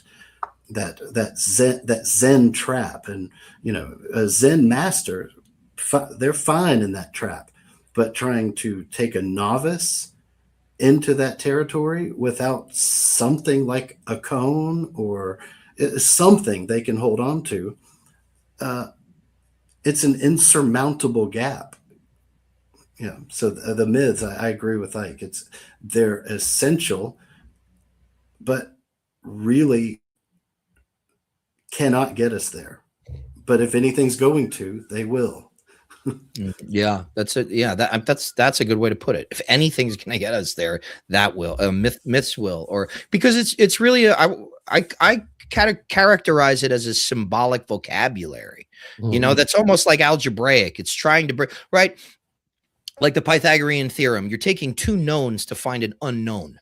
And that's we know these images, we understand these relationships between a hawk and the sun, Horus and Ra, and so on and so forth. And we're using two known things to find an unknown.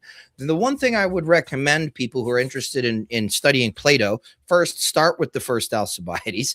And I would say move through the 12 dialogues of the Iamblichian curriculum. I'm editing those right now, so maybe in 6 months I'll have it published. That's incredible.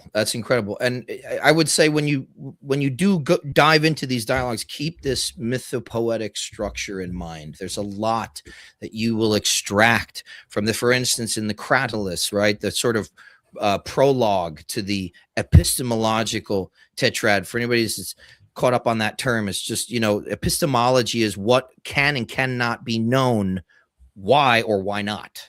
And there's a series of dialogues where it becomes very mercurial.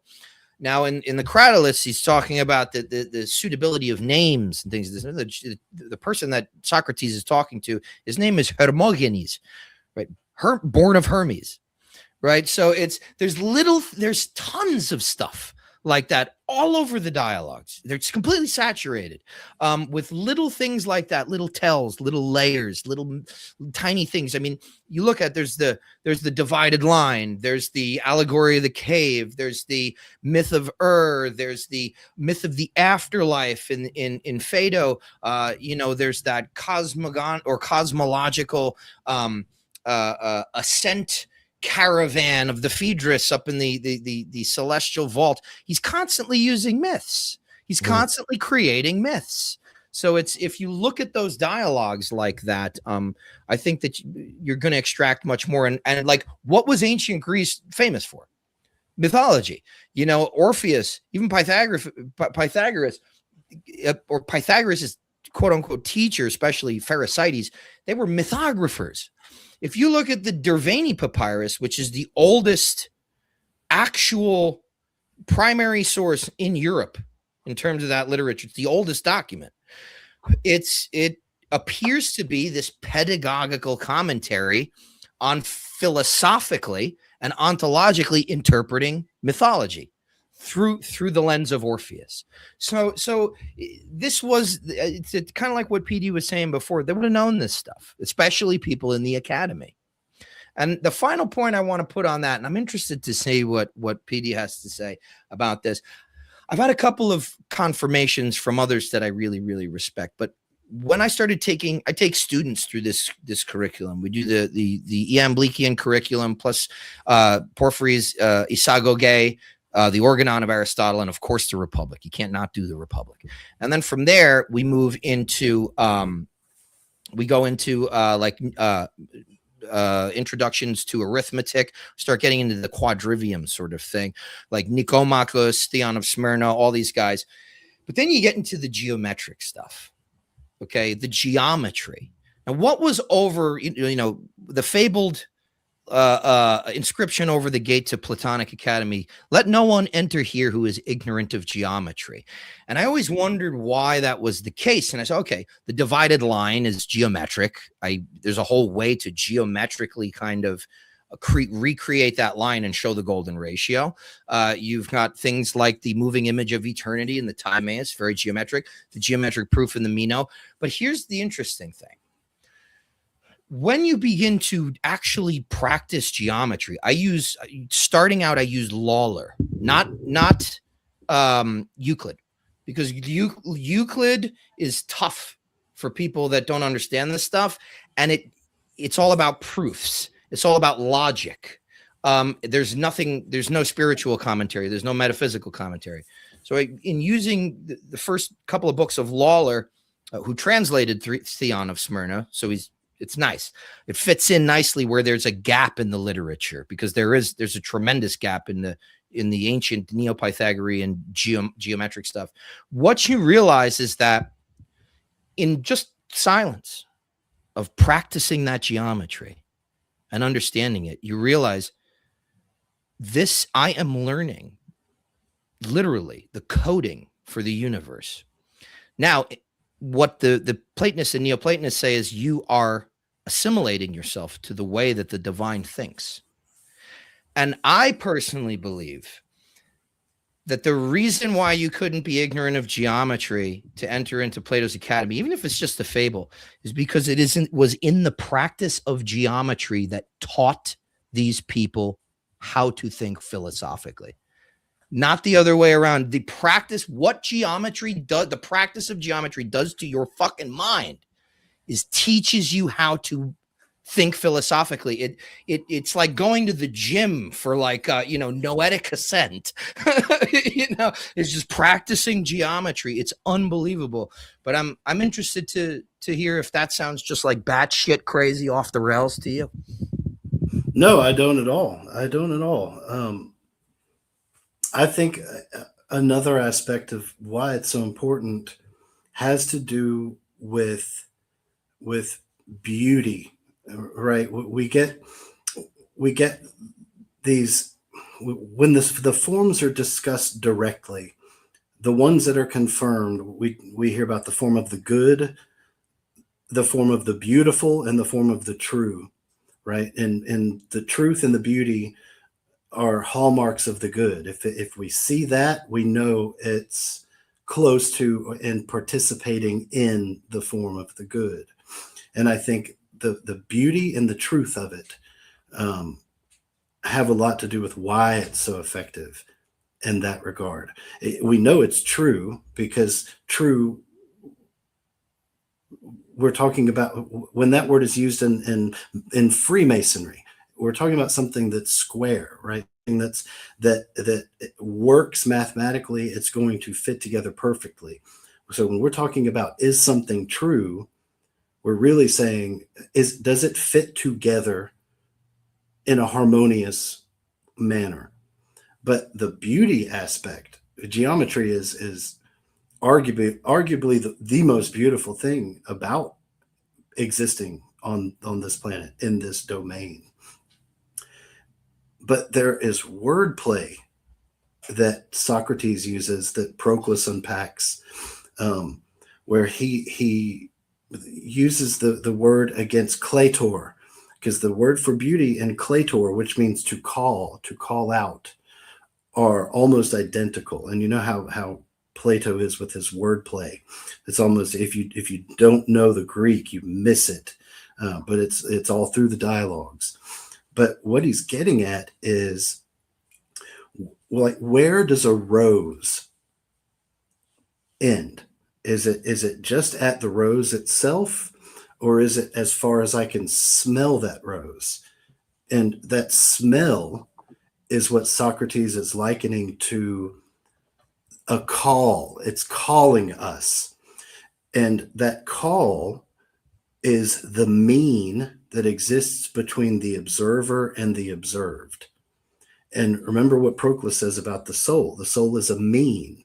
It's a mean. It's a ratio between the physical and the non-physical, between suke and physis. Like between nous and physis is what suke is.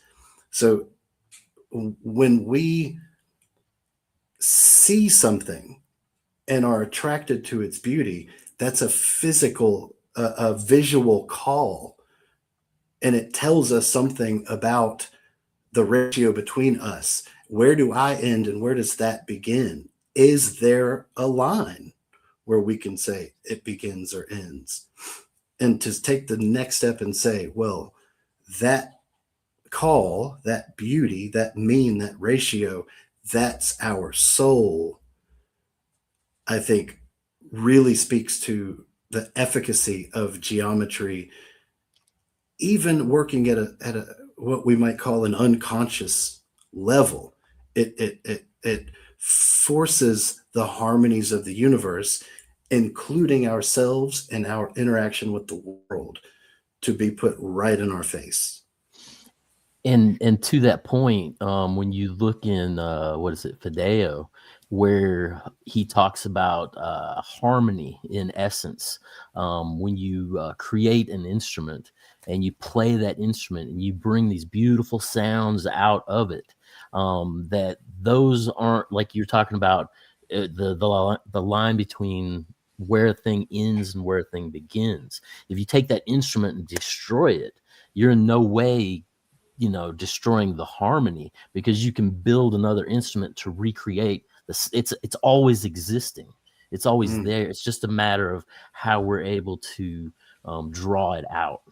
Personally. Yeah, that's a great point. Which requires skill and requires knowledge, right, to tune an instrument, particularly. Yep. And the one thing that I want to add on to there is that in the ancient conception of harmonics, there were effectively three ratios: sesquialter, sesquitertian, and sesquioctave. Okay, so that's the root and octave, which are basically the same thing. There's the fourth and the fifth. So there's three perfect ratios right there. Now in the Platonic the dialogue, the Phaedo that you were just mentioning, talks about the tripartite soul. This actually is an extension from the Pythagorean, where they thought there were three types of people. Right. Okay. The curious was the rational, the ambitious was the spirited, and the covetous was the appetitive. And Plato puts those into the tripartite nature of the soul. Now, think of it this way: these three ratios that have to have relationship to each other, the appetites, the emotions, and then the rational. They have to be the same way. Think of it this way: if you understand the piano and music theory, a proper chord consists of three tones. Okay. Now, if one tone is playing a blue note, it's off by a half step. we don't have harmony anymore. We have dissonance. Discord, Classically. You know, the modern mind delights in ugly things. It's just what we've done. We've created a new paradigm of inversion, and it's one of the reasons why everything is fucked. Everybody looking out at this, and that's like, you like ugly shit. You love the disharmonious. What the fuck do you think you're going to get? You're going to get the harmony out of disharmony? You know, so it's, the thing is now, if you orient that chordal structure and its right relationships to each other, and then you think about that as the tripartite nature of the soul, everybody knows the discomfort automatically when you play a blue note, when you play something that's an accidental, something that's inharmonious. It's now can you imagine the existential discomfort? Right. The existential discomfort of having one of those three parts of the soul not where it's supposed to be. You know, so, and now his medicine, his philosophical medicine for us is the application of the four virtues. You see it in the Alcibiades, you see it in the Gorgias, you see it's fucking everywhere. A lot of people love to talk about it in the context of the Republic. He literally takes you through all four of those cardinal virtues in almost every single dialogue in the same thing with laws. Yeah, exactly. Why? Because like, this is the medicine. These four things make it so that you will always be harmonious. If you conform yourself to these things, you will always be creating harmony. And to that point, in regard to the creation of the state, Plato even at one point talks about doing gymnastics in the womb in order to train. And basically you have to learn these things from the earliest ages and be edified in these things as you come up. And the building of that whole individual person is what creates the solidity of what is the macro to the micro, the larger state, you know, in essence. So it's a matter of this system of, again, like the transcendent aspect of moving up towards the monad.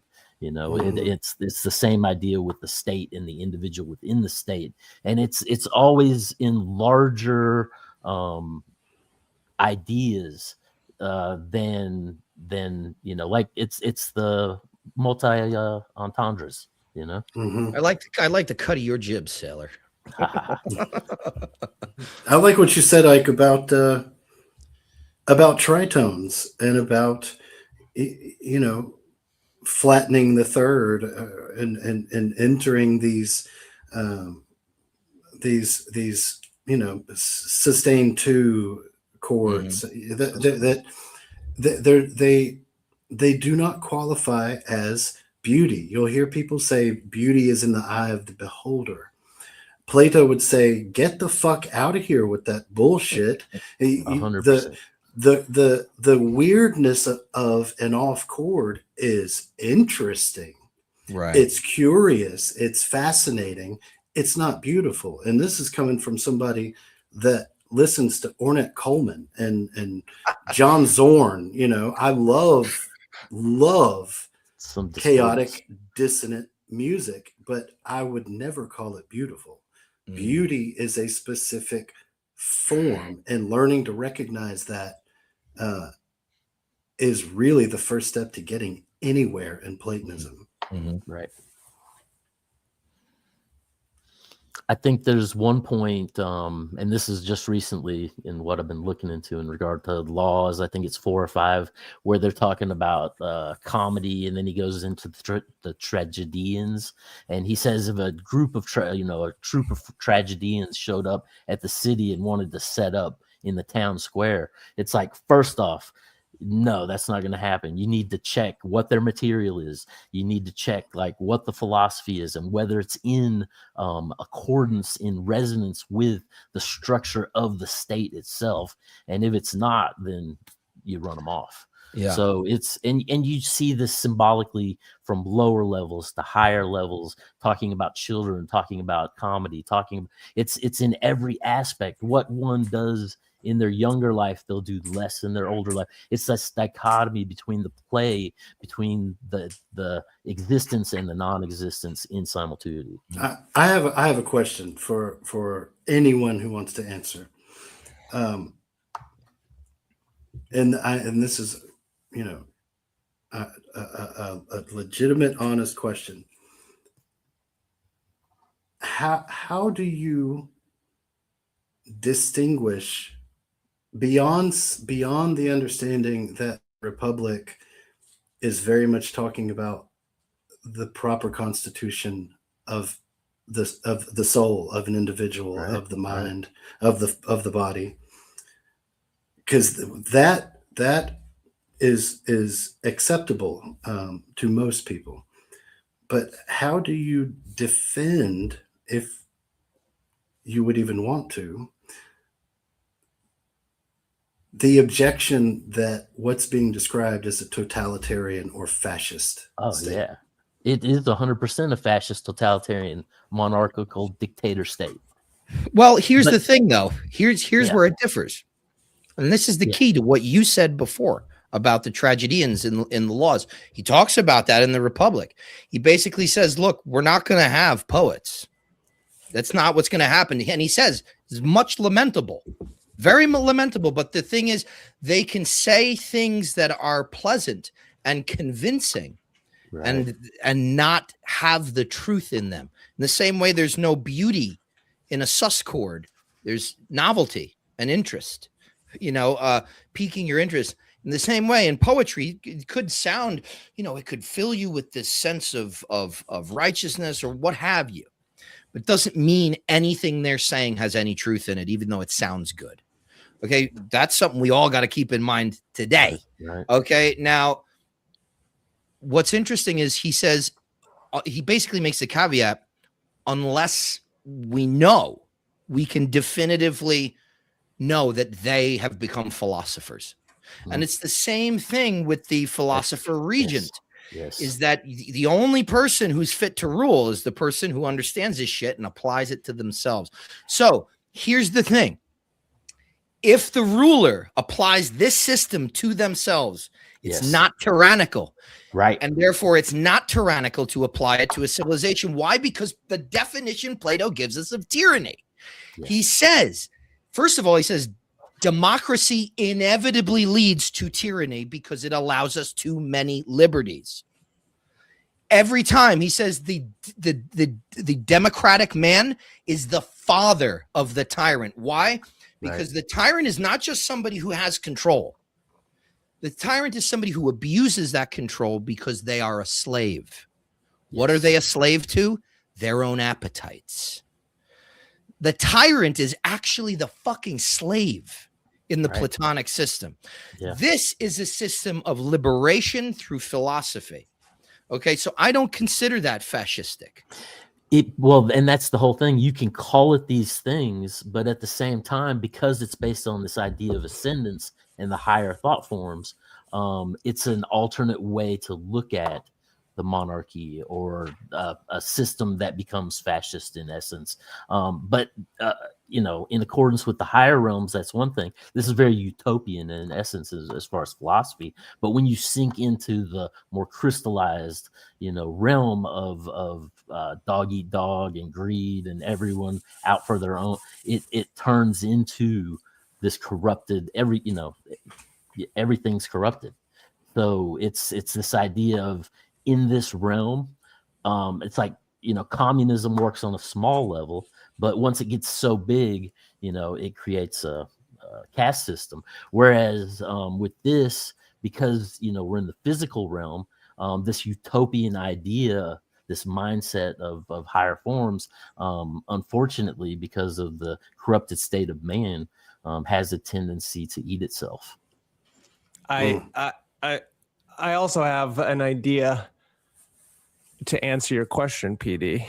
Okay. And that idea is that I think we forget, and not maybe anyone here, but that this is a dialogue and that this is a drama.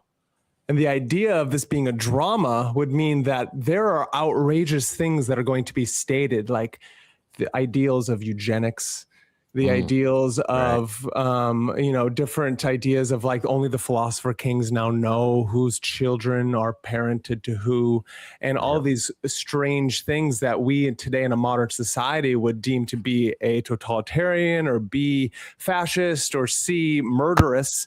And really, it is what it's meant to do. And I think this is a really important distinction, is that it's meant to show the contradictory nature of not only the human soul and not only the polis, but that when we are taken outside of our normal everydayness, we can start to understand the true nature of what Plato through Socrates was trying to do. And he's trying to teach us how to philosophize. And it is, and again, we don't know what Plato thought. That's what you're getting at as well, is that as a dialogue, that's multiple exactly it. perspectives. And Yeah, that is exactly he it. says that too. And well, again, we don't scholars are it's a coin toss whether or not it's authentic. But in his second letter, Plato says the thoughts of the beliefs of Plato will never be written down. The dialogues are Socrates made beautiful. Yeah. And I wanted to bring up one more thing in regard to the Abrahamic religion. I find it interesting. I've been going through the Talmud lately, and I'm about a 10th of the way through it. And I find it's very much set up in the same methodology of the Platonic philosophies in regard to the rabbis coming together and basically having a dialogue about a subject matter that oftentimes is never resolved. So I think there you may also have kind of a character, because that wasn't written until 400 to 600 AD. So I think there you may also have some carryover with kind of these ideas and how the philosophies kind of played into the growing strands of the different religions as well. Yeah, I think you're probably right. I want to just point out one thing actually that was pointed out to me by David Chaim Smith. He had studied with he's one of my Kabbalah teachers, but he had studied with some Hasidics, right? And there's a very richly preserved tradition of Hebrew Kabbalah in there. And also there's a rich preservation within their Kabbalistic vernacular of Greek words. Like, for instance, the name for them of like matter, or the first principle of formation, is hiuli. That's, the ile or the hule of the Greeks. There's all sorts of shit like that all over their Kabbalism. But what he said is when he went in and to engage in this pedagogical kind of discourse, at a long table, like banquet style, and at either end there was a rabbi on one side and an acolyte on the other. And they were only working with each other, similar to the way you'd see people playing chess. And they would have the text open in front of them. And the idea was not that the text has the answers, but that the text is a prompting for further insight. And so this is, having understood that, I see the influence of the dialectic of the Platonic school, or the Socratic school, and now I apply that to the dialogues with students. It's like, this is not our Bible, it's not gospel, but what it is we're going to use this to do what they're doing. About what they're doing. In the same manner, do dialectic of elevating the spirit and finding the wholeness of the self and the soul. And yes. Well, I think, and just to reiterate the idea that Socrates is bringing upon the precarious and the subversive position of the philosopher, and how the philosopher is the true rebel in the Republic and in Athens at that time, due to obviously Socrates trying to prove the point. And I would think, and I think Leo Strauss and a few other philosophers in that time frame, Alan Bloom being one of them, in our time frame, is saying how important it is to know that the apology, the actual true apology, was the Republic. And I think that's really fascinating to think about. Well, I just want to say, man, Danny, PD, every time I learn so much every time I talk to you, dude. Same. I really do. I love you. I miss you. I got to come out and see you again. Definitely. We need you out here. Yeah. I need to come to you next. We're supposed to do some crystal digging. Oh, that's right. Yeah. At the gem mines over here. Yeah. Oh, sure. Nice. So your place next. Yes. I really wanted to ask a question. You were talking about purification, right? It made me think of Plotinus, and he reiterates over and over this stripping of what's alien to yourself. And I think that's, like Marx was saying, I think like you were all saying, like that is the process of dialectic to an extent, at least dialectic of yourself. But it made me think of this other concept of Plato's that is very unique to Plato, which is the idea of the intelligibles and of them as like these divine beings, right? And the further that you kind of ascend and strip yourself of those alien things, you know, you kind of ascend. And if you compare those intelligibles to humans, right, a big difference is that those intelligibles, I mean, obviously, not only do they not have the sensory faculties, but they are not necessarily human, you know, they're almost mechanical. They have, they don't have like perhaps changing will. But a big question that I always have is, you know, when we're looking at these hierarchies, when we're looking at these intelligences, how, I know this is kind of off base perhaps, but how do you differentiate the planetary forces or intelligences and the angelic ones? That's a good question. I'll take a quick stab, and I think I know Ike has a good answer for this because we've talked about something similar at New Hermopolis. When we're talking about the hierarchy of being, let's refer back to the principles, the limit and the limitless. At the top is pure limit. At the bottom is pure limitlessness, the indefinite dyad. As we progress from the top to the bottom towards the middle, these become mixed. So there's when you say they're mechanical, I don't take you to mean robotic, but rather they have more limit than they do limitlessness. They can't swerve, for instance, from the orbit for which they exist. If I understood you properly there. Yes, exactly. Like they are more restricted. They have like a certain role, or they're maybe closer to the forms, and so they have more distinct and consolidated properties or identifiers about themselves, their way of behaving, maybe even metaphysical properties of, you know, the further up that you go. Like I would say that the planetary intelligences are also metaphysical properties of the universe. That's a great way to put it. And if you look at Proclus's breakdown of the hierarchy of being, and you see it earlier in Iamblichus, but there's when he talks about the cosmic gods, and he also refers to them as the visible gods. And we're like, what do you mean visible gods? Where are you seeing them? He's talking about the planets. You know, these are cosmic gods that we can see visibly, but in cosmic meaning they're in matter, so they have more connection with the limitless than they do with limit.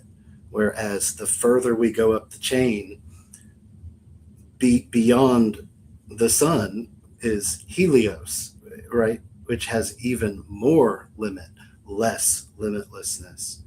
So we're really talking about the tension, like Ike said earlier, between these two extreme opposites.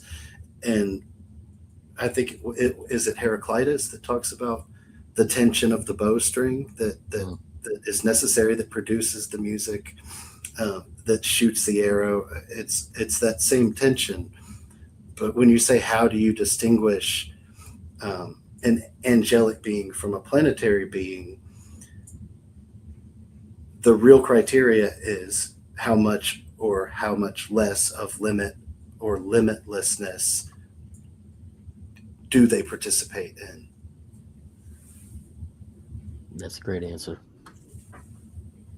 Yeah, and of course I look at it in the same way where we're looking at like ontological chains. Again, this is an analogy, the verticality of it, like the tree of life. We're not saying that it's literally like a beam of consciousness being projected downward, but it's you're meeting the same consciousness at different, you know, I have to be a little new agey about it, at a different frequency level. You know, it's kind of like, here's a good example, like a Chladni plate, right? So the Chladni plate is what people associate with cymatics. I made one and did a demo for the Institute of Hermetic Studies a couple of years ago, and you connect a piece of metal, piece of sheet metal, to a speaker. There's a sophisticated way to do this because you don't want to deaden it. You just want the vibrations to go into it. And then I have like a frequency generator that's hooked up to this speaker, and I'm moving up and down these frequency lines. Okay. You pour a little bit of very, very, very fine sand or very, very fine salt on it. And once you hit a certain frequency, the sand will begin to generate a geometric shape. That's not the shape of the frequency. That's the shape of the piece of metal. It's geometry that's holding it together. It's geometric signature. Now, you move a little bit further and the sand doesn't do anything. You keep going, boom. Okay, look, now there's another frequency, and for some reason the sand's moving again. Maybe it's kind of like quadrupled, and what's the reason for that? The relationships that these frequencies have to each other. There's frequencies all throughout. You could move all the way down that line, you know, and just do this weird thing. But for a specific phenomenal object, there's a specific frequency that reveals its inherent patterns, its geometric patterns. To me, this is evidence of the synthemata. Okay, this is like what they were intuiting. You know, it's like there's the God in there, and it has different levels or expressions on that specific frequency line, like a musical scale, like a diatonic musical scale. So when you're tuning into these different beings, I think of it in that way. I'm working this frequency. I'm playing the scale of Mars. I'm working the scale of the sun. And PD makes a very, very good point, which is at the core of Platonism, Neoplatonism, and early Christianity. Free will. That's what that unlimit is. Free will. He said, well, you know, if there's more limit, they can't like turn to their right. Free will is really, really important. So a lot of times in working with them practically, which is kind of outside of the scope of this particular conversation, but in saying something of, you know, we work with the a derivative of the pseudo-Dionysian hierarchies in the Golden Dawn, because that's what Agrippa's mostly using, and that's where we get our things. The type of, and let's not forget these images of the deities, of the angels, that's not what they are. Okay, we have to create an image in order to interact. This is what PD was saying before. Our mind needs an image. Right? Otherwise, things start talking to you. What happens? You go to the mental hospital. Okay? Like you need to set this up so that I'm intentionally, this is you. I want you to talk to me through this. It's an agreed upon image that is ultimately relying on your available imagery. The type of, Iamblichus talks about this. He delineates what he calls theurgic appearance. He says, and it all has to do with how much light they give off and what quality it is. So gods will give off this pure white, overwhelming light, whereas like daimones they're a little darker, a little murkier, a little ruddier. And light is also synonymous with intelligence in these traditions. As the great Professor Walter Hanegraaff has pointed out many times, there's an etymological connection between the word nous and light, particularly in the Hermetica. So there's that quality of consciousness, but I want to just sum it up by also kind of bringing it full circle to what we've spoken about in terms of Platonism. In the Platonic paideia, paideia, right, means education. What is that? It's because what did he think education was? Not the learning of new information, but the recollection of things your soul already knows. Anamnesis. Okay. The Greek word for truth is aletheia. That means not forgotten. It's all about remembering, and it ties into this free will. Okay. The ethical training in the beginning of the Platonic paideia allows you more free will. You have a greater ability to make choices based on what you know is best, which is allowing the rational part of the soul to govern the other two. Okay, that's the beginning. You gain more free will, right? As Jocko Willink very, very philosophically puts it, discipline is freedom. Discipline is freedom. And there's this word for discipline, self-control, and temperance that gets translated across the board, and depending on which translation you're using of Plato, sophrosini. It can mean balance, but it also gets translated as self-control or discipline, and it is appropriate in all those contexts. Now, that's a little bit lower down the ontological line. As you go through the theurgic theophania and the enosis, right, the revelation of deities, and then the eventual union, you gain more free will higher up the line. Okay, why? Because you're constantly identifying with what you actually are, and not having not the rational soul not being impelled to the imperatives and the impulses of physical matter, because they're fundamentally different, the soul and the body, in terms of their natures. The soul is effervescent; it rises up, it is immortal, it is not spatially specific.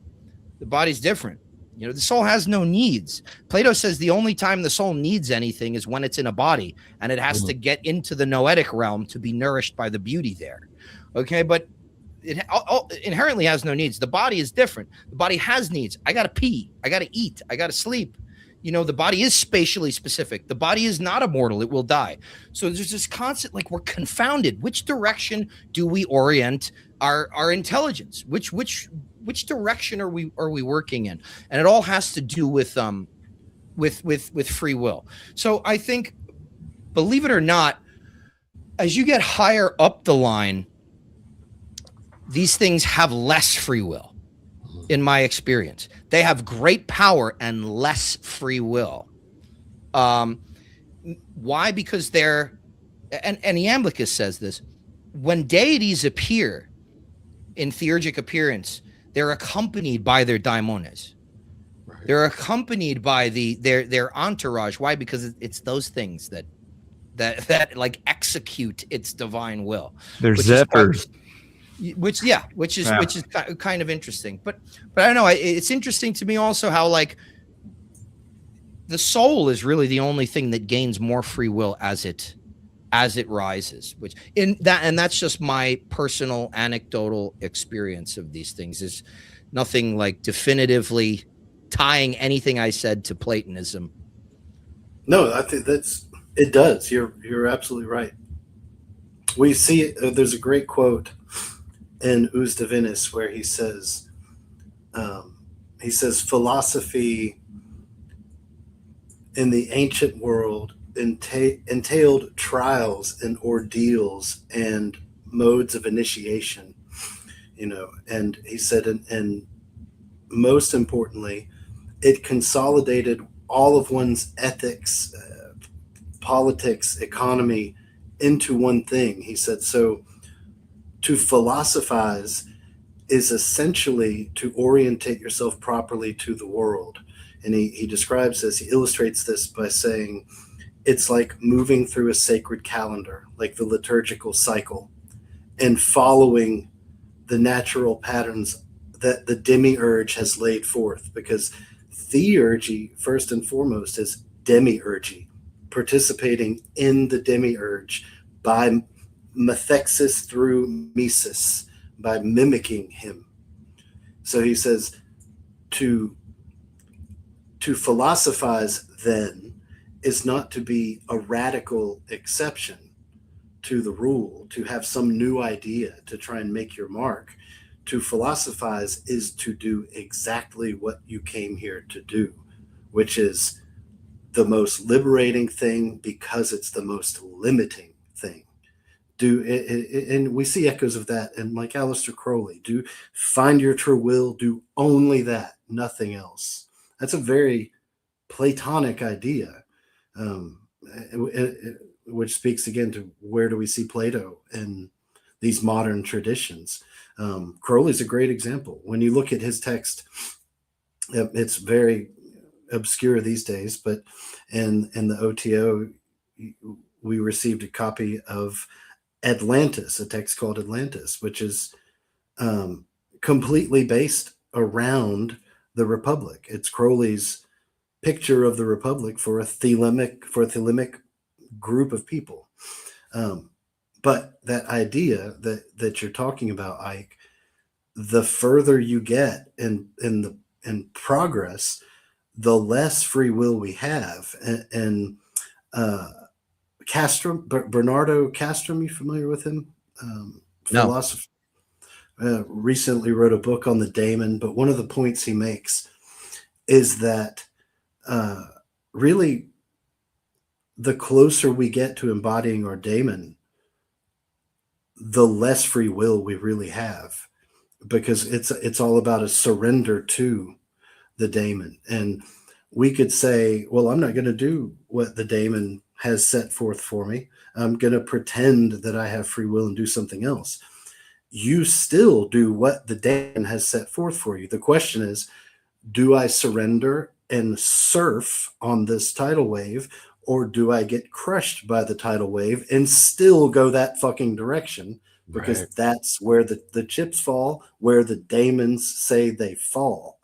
And the daemons say where they fall based on what the gods have already decreed is the nature of reality. This is truth, right? So the further we get in the direction of our daemon, and especially of the head of our chain, of our Syra, free will is non-existent.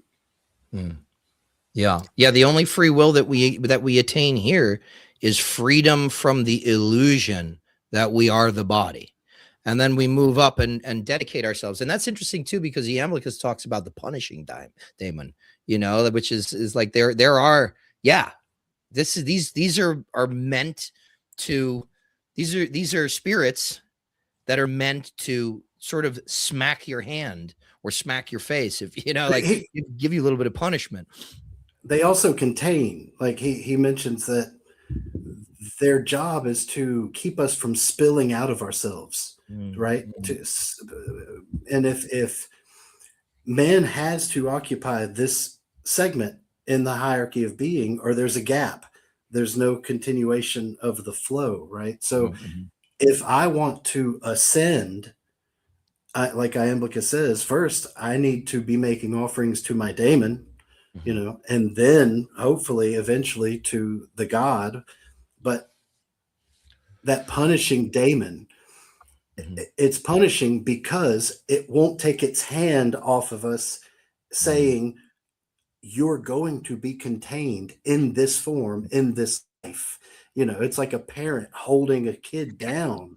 That it's punishing, but it's also containing, so that the universe doesn't fall apart because there's a gaping black hole where I should be.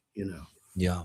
And that's an important point, I think, for a lot of people that are interested in some of the things that we're interested in, because that idea of punishment / containment to our society feels oppressive, when really it's like in my life's experience, I mean, a lot of times punishment and containment was an ultimate mercy. It was an ultimate benevolence, right? Because it gets you to sort of, straighten out and fly right type of situation. There is no love without correction. It's an old adage. I like that. That's true. Yep. And when you have kids, you definitely definitely know the importance of containment. Yes. What could really be better than living aligned anyway? I agree. Yeah. Yeah. Anything else is basically that existential dissonance, Right. That's right. which is not comfortable at all. But I think, and this is just me, right? Because I'm a little outspoken about things, but I think we've normalized that dissonance. Not you, Ike. Yes. That's that existential state of discomfort. In music and art and media, you just see it consistently. Yeah. Yeah. Well, you It's guys been are all beautiful. encouraged. Yeah. Everybody here is beautiful. Yeah. I agree. This has been a great group. Oh yeah. That was great, man. Unfortunately, we do have people that need to leave too, so Yeah. I'm just gonna have to wrap it up here. Time Got is kids and we calling at my door. didn't even get to talk about Atlantis. Yeah. That's okay. I know. We'll leave that up to, I know. We'll leave that up to Graham Hancock and You know what? and our buddy Randall Carlson. You know what? At first, I was actually going to be like, but I was like, I don't want to, be a fascist or censor. But I did want to even say I didn't even want to touch Atlantis. To be totally honest with you, because you're going to get people fucking bitching and arguing about stuff that's stupid, in my opinion. Oh yeah, that's the best way to get people in the peanut gallery start ringing their bells. Oh yeah. Athens defeated Atlantis, and that's the end of it. Yeah. All right. That's why it's saying.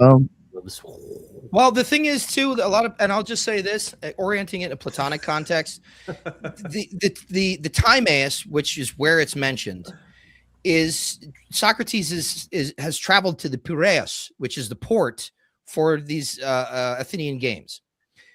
The other dialogue where that happens is the Republic. So it is typically thought, even though we don't have the definitive connective tissue historically, it's typically thought that the Timaeus is the next day. And you even have the same interlocutors with one missing, right? Socrates says, "I see the three. Where's the fourth?" One of the guys is missing. So he just talked about the right way to govern the polis and the internal polis, and now we're looking at Atlantis, which is the dark twin of the Republic, which is like, this is how you fuck up, Destroy a society or yourself. and also aliens and Bigfoot and all that shit. They were all there with the Muppets. They were all on Atlantis. Yeah. Synthetic Merkabahs and chimeras. Yeah. Awesome. Thank you very much, both of you guys. Let me start off with Brandon real quick, because I know he's got to leave, and then so does Judith. Brandon, please let everybody know what's up with you and where they can find all your amazing work, sir. Thank you, Nick. Cardinal Electric Head. Thank you, Ike, and thank you, PD Newman. Thank you. It's wonderful to meet you, PD. This is fantastic. I've been reading through your book. It's on my nightstand. It's amazing, and I tell everybody to read it. I've posted it on my Instagram as well and X. So I am an avid pusher of your documentation. So again, thank you for showing up, and I'd love to chat with you more another day. Everyone, like I always say, thank you to the Occult Rejects for all things. Head over to Magus in the Media, where we break down myth, magic, and meaning in the stories that we love. The world is wild, aliens are real, and reality is bending in its Epstein strings. Let's make sure we understand the meaning within the soul with stories like this, and the media that is breaking its stranglehold on our consciousness. Please like, subscribe, and share, not only to my channel, but everyone here. Buy all their things, and make sure you know that no matter what happens out in reality, it's not the true reality. We stem from the mind. Thank you again, Nick, and everyone have a wonderful evening. Of course. Thank you for joining us, Brandon. Awesome. And Judith, the loon, what is going on? Yes. Thank you for having me. Thank you, Ike and PD. You put a different perspective on Plato for me, which I didn't even fathom. So I thank you for that. You could find me on YouTube and on X as the Loon. I almost said Twitter there, as the Loon, and just feel free to drop by and join our conversations there. Thank you again. Of course. No, thank you, Judith. And Jules, my man, what is going on? Oh, this was a great show. Learned a lot. Maybe a little too much, man. I have a lot of questions myself, but I didn't feel the need to ask them right now. So maybe we can do it. I'm sure I'll see you guys on another episode. It was really good meeting y'all, though. Gray Pilled Pod on Twitter. We may be streaming later. I don't know. Brandon will be on my show soon, hopefully this next week or so. Greyhorn Pagan's coming on, Veritas Road, and Aeon Bite, and a few other people I think I have getting scheduled. So this was a banger, and like I said, I didn't know anything about Plato, hardly anything before this, so it's good to know where a lot of these ideas come from. And I think it is important for people to focus on their spirit. Someone had mentioned earlier, people kind of focus on, or maybe it was this morning even, they focus on the afterlife. They kind of don't focus on here and now and doing the work that can help you ascend to that final level. And so I think it's important to have these conversations and to get that information out there. So thank you guys for coming on. And it's good to see all my fellow rejects again. Oh, yeah. As always. Thank you, Jules. Yeah. And Robbie Marks, what is up? Yeah, this was a great talk. It was great to meet you, Ike, and always good to hang out, PD. It's just some beautiful stuff to get into these ideas, As far as myself, I'm Robbie or R Marks, and I'm an artist, illustrator. And if you want to check out my other stuff, I have my MetaMindcast podcast, as well as all my artwork. You can go to my website. All my links you can find at my Linktree, which are Linktree RMARX. And always a pleasure, Nick. Thanks for getting me out of the little hermit hole I'm in. Yeah, no, thank you for coming on, man. Thank you, appreciate it. And Eros, what is up, Eros? Hello, this was great. I learned so much. I really especially liked all the biblical history. A lot of that I didn't know. So this was great. Thanks for coming on and having this discussion with us. And it was great to hang out with all of you rejects again. You can find me on YouTube at Aerosup. I post a lot about Plotinus and chaos and order and multiplicity and all sorts of things. So definitely go check that out if you're interested. And then you can find me at Eros to Ethos on X as well. Thank you very much, Eros. And Ethan, sir. Well, thank you, everyone. Ike, PD, that was awesome. Thank you so much for sharing all your knowledge and wisdom, and everyone. Always appreciate communicating with you guys. Ethan Indigo Smith on all the social media, YouTube even, and I'm easy to find, and appreciate everyone's communication if they decide to reach out. Thank you very much, Ethan. Appreciate it. And Ike, please let everybody know where they can find all your amazing work. IkeBaker.com, IKEBAKER. I'll put that in the chat. You can check me out there. I've got my the latest YouTube video. I do documentary style presentations on the history, theory, and practice of the Western esoteric traditions. A bunch of it's Platonic. The last one I did actually was a while ago, but it's basically an introduction to theurgic Neoplatonism. I've got the latest 3 episodes of my podcast that you can stream from there. You can read my blog, find out a little bit more about what it is I do. I give quarterly group classes that are open to the public at an extremely somebody has said fair rate, but it's not really fair to me, but it's fair to everyone else. Yeah, so you can check that out if you're interested. I have a newsletter that goes out just about every Thursday, and it's completely free. You can sign up for it there, and then also check out the Arcanum podcast. I put that in the chat as well. And again, I cannot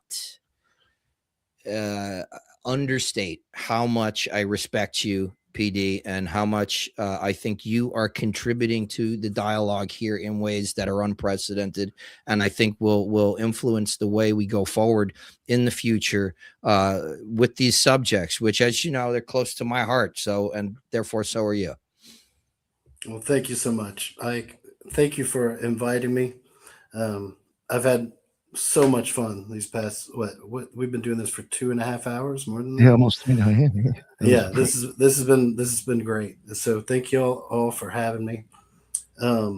What I've got coming up, my partner in crime, Alec Hawkins, and we are wrapping up a documentary that we've been working on for the last 3 years that traces the trajectory of a certain tradition of alchemy from late antiquity into the Enlightenment. Hopefully that will be done in April, and we'll start putting it in some film festivals and then release it properly. We're in talks with a couple of different streamers. And beyond that, I will be speaking at the Anthropology of Consciousness conference. It's happening in Las Vegas from March 29th to April 1st. And I will be asking the question, is AI the new LSD? And you might be surprised by my answer. So if any of y'all are in the Las Vegas area, come see me. Awesome. Very interesting on that idea. Thank you both very much. Ike, PD, that was an amazing episode. Thank you all to the rejects.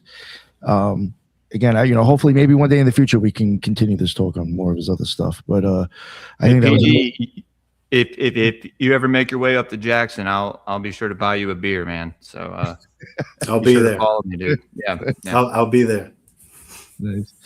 But yeah, again, I thought this was amazing, and I can't really, I don't want to kind of reiterate what Ike says, but I do think having these discussions and having you guys on and talk about this stuff really helps a lot for us to understand, like maybe where some of our ideas are coming from.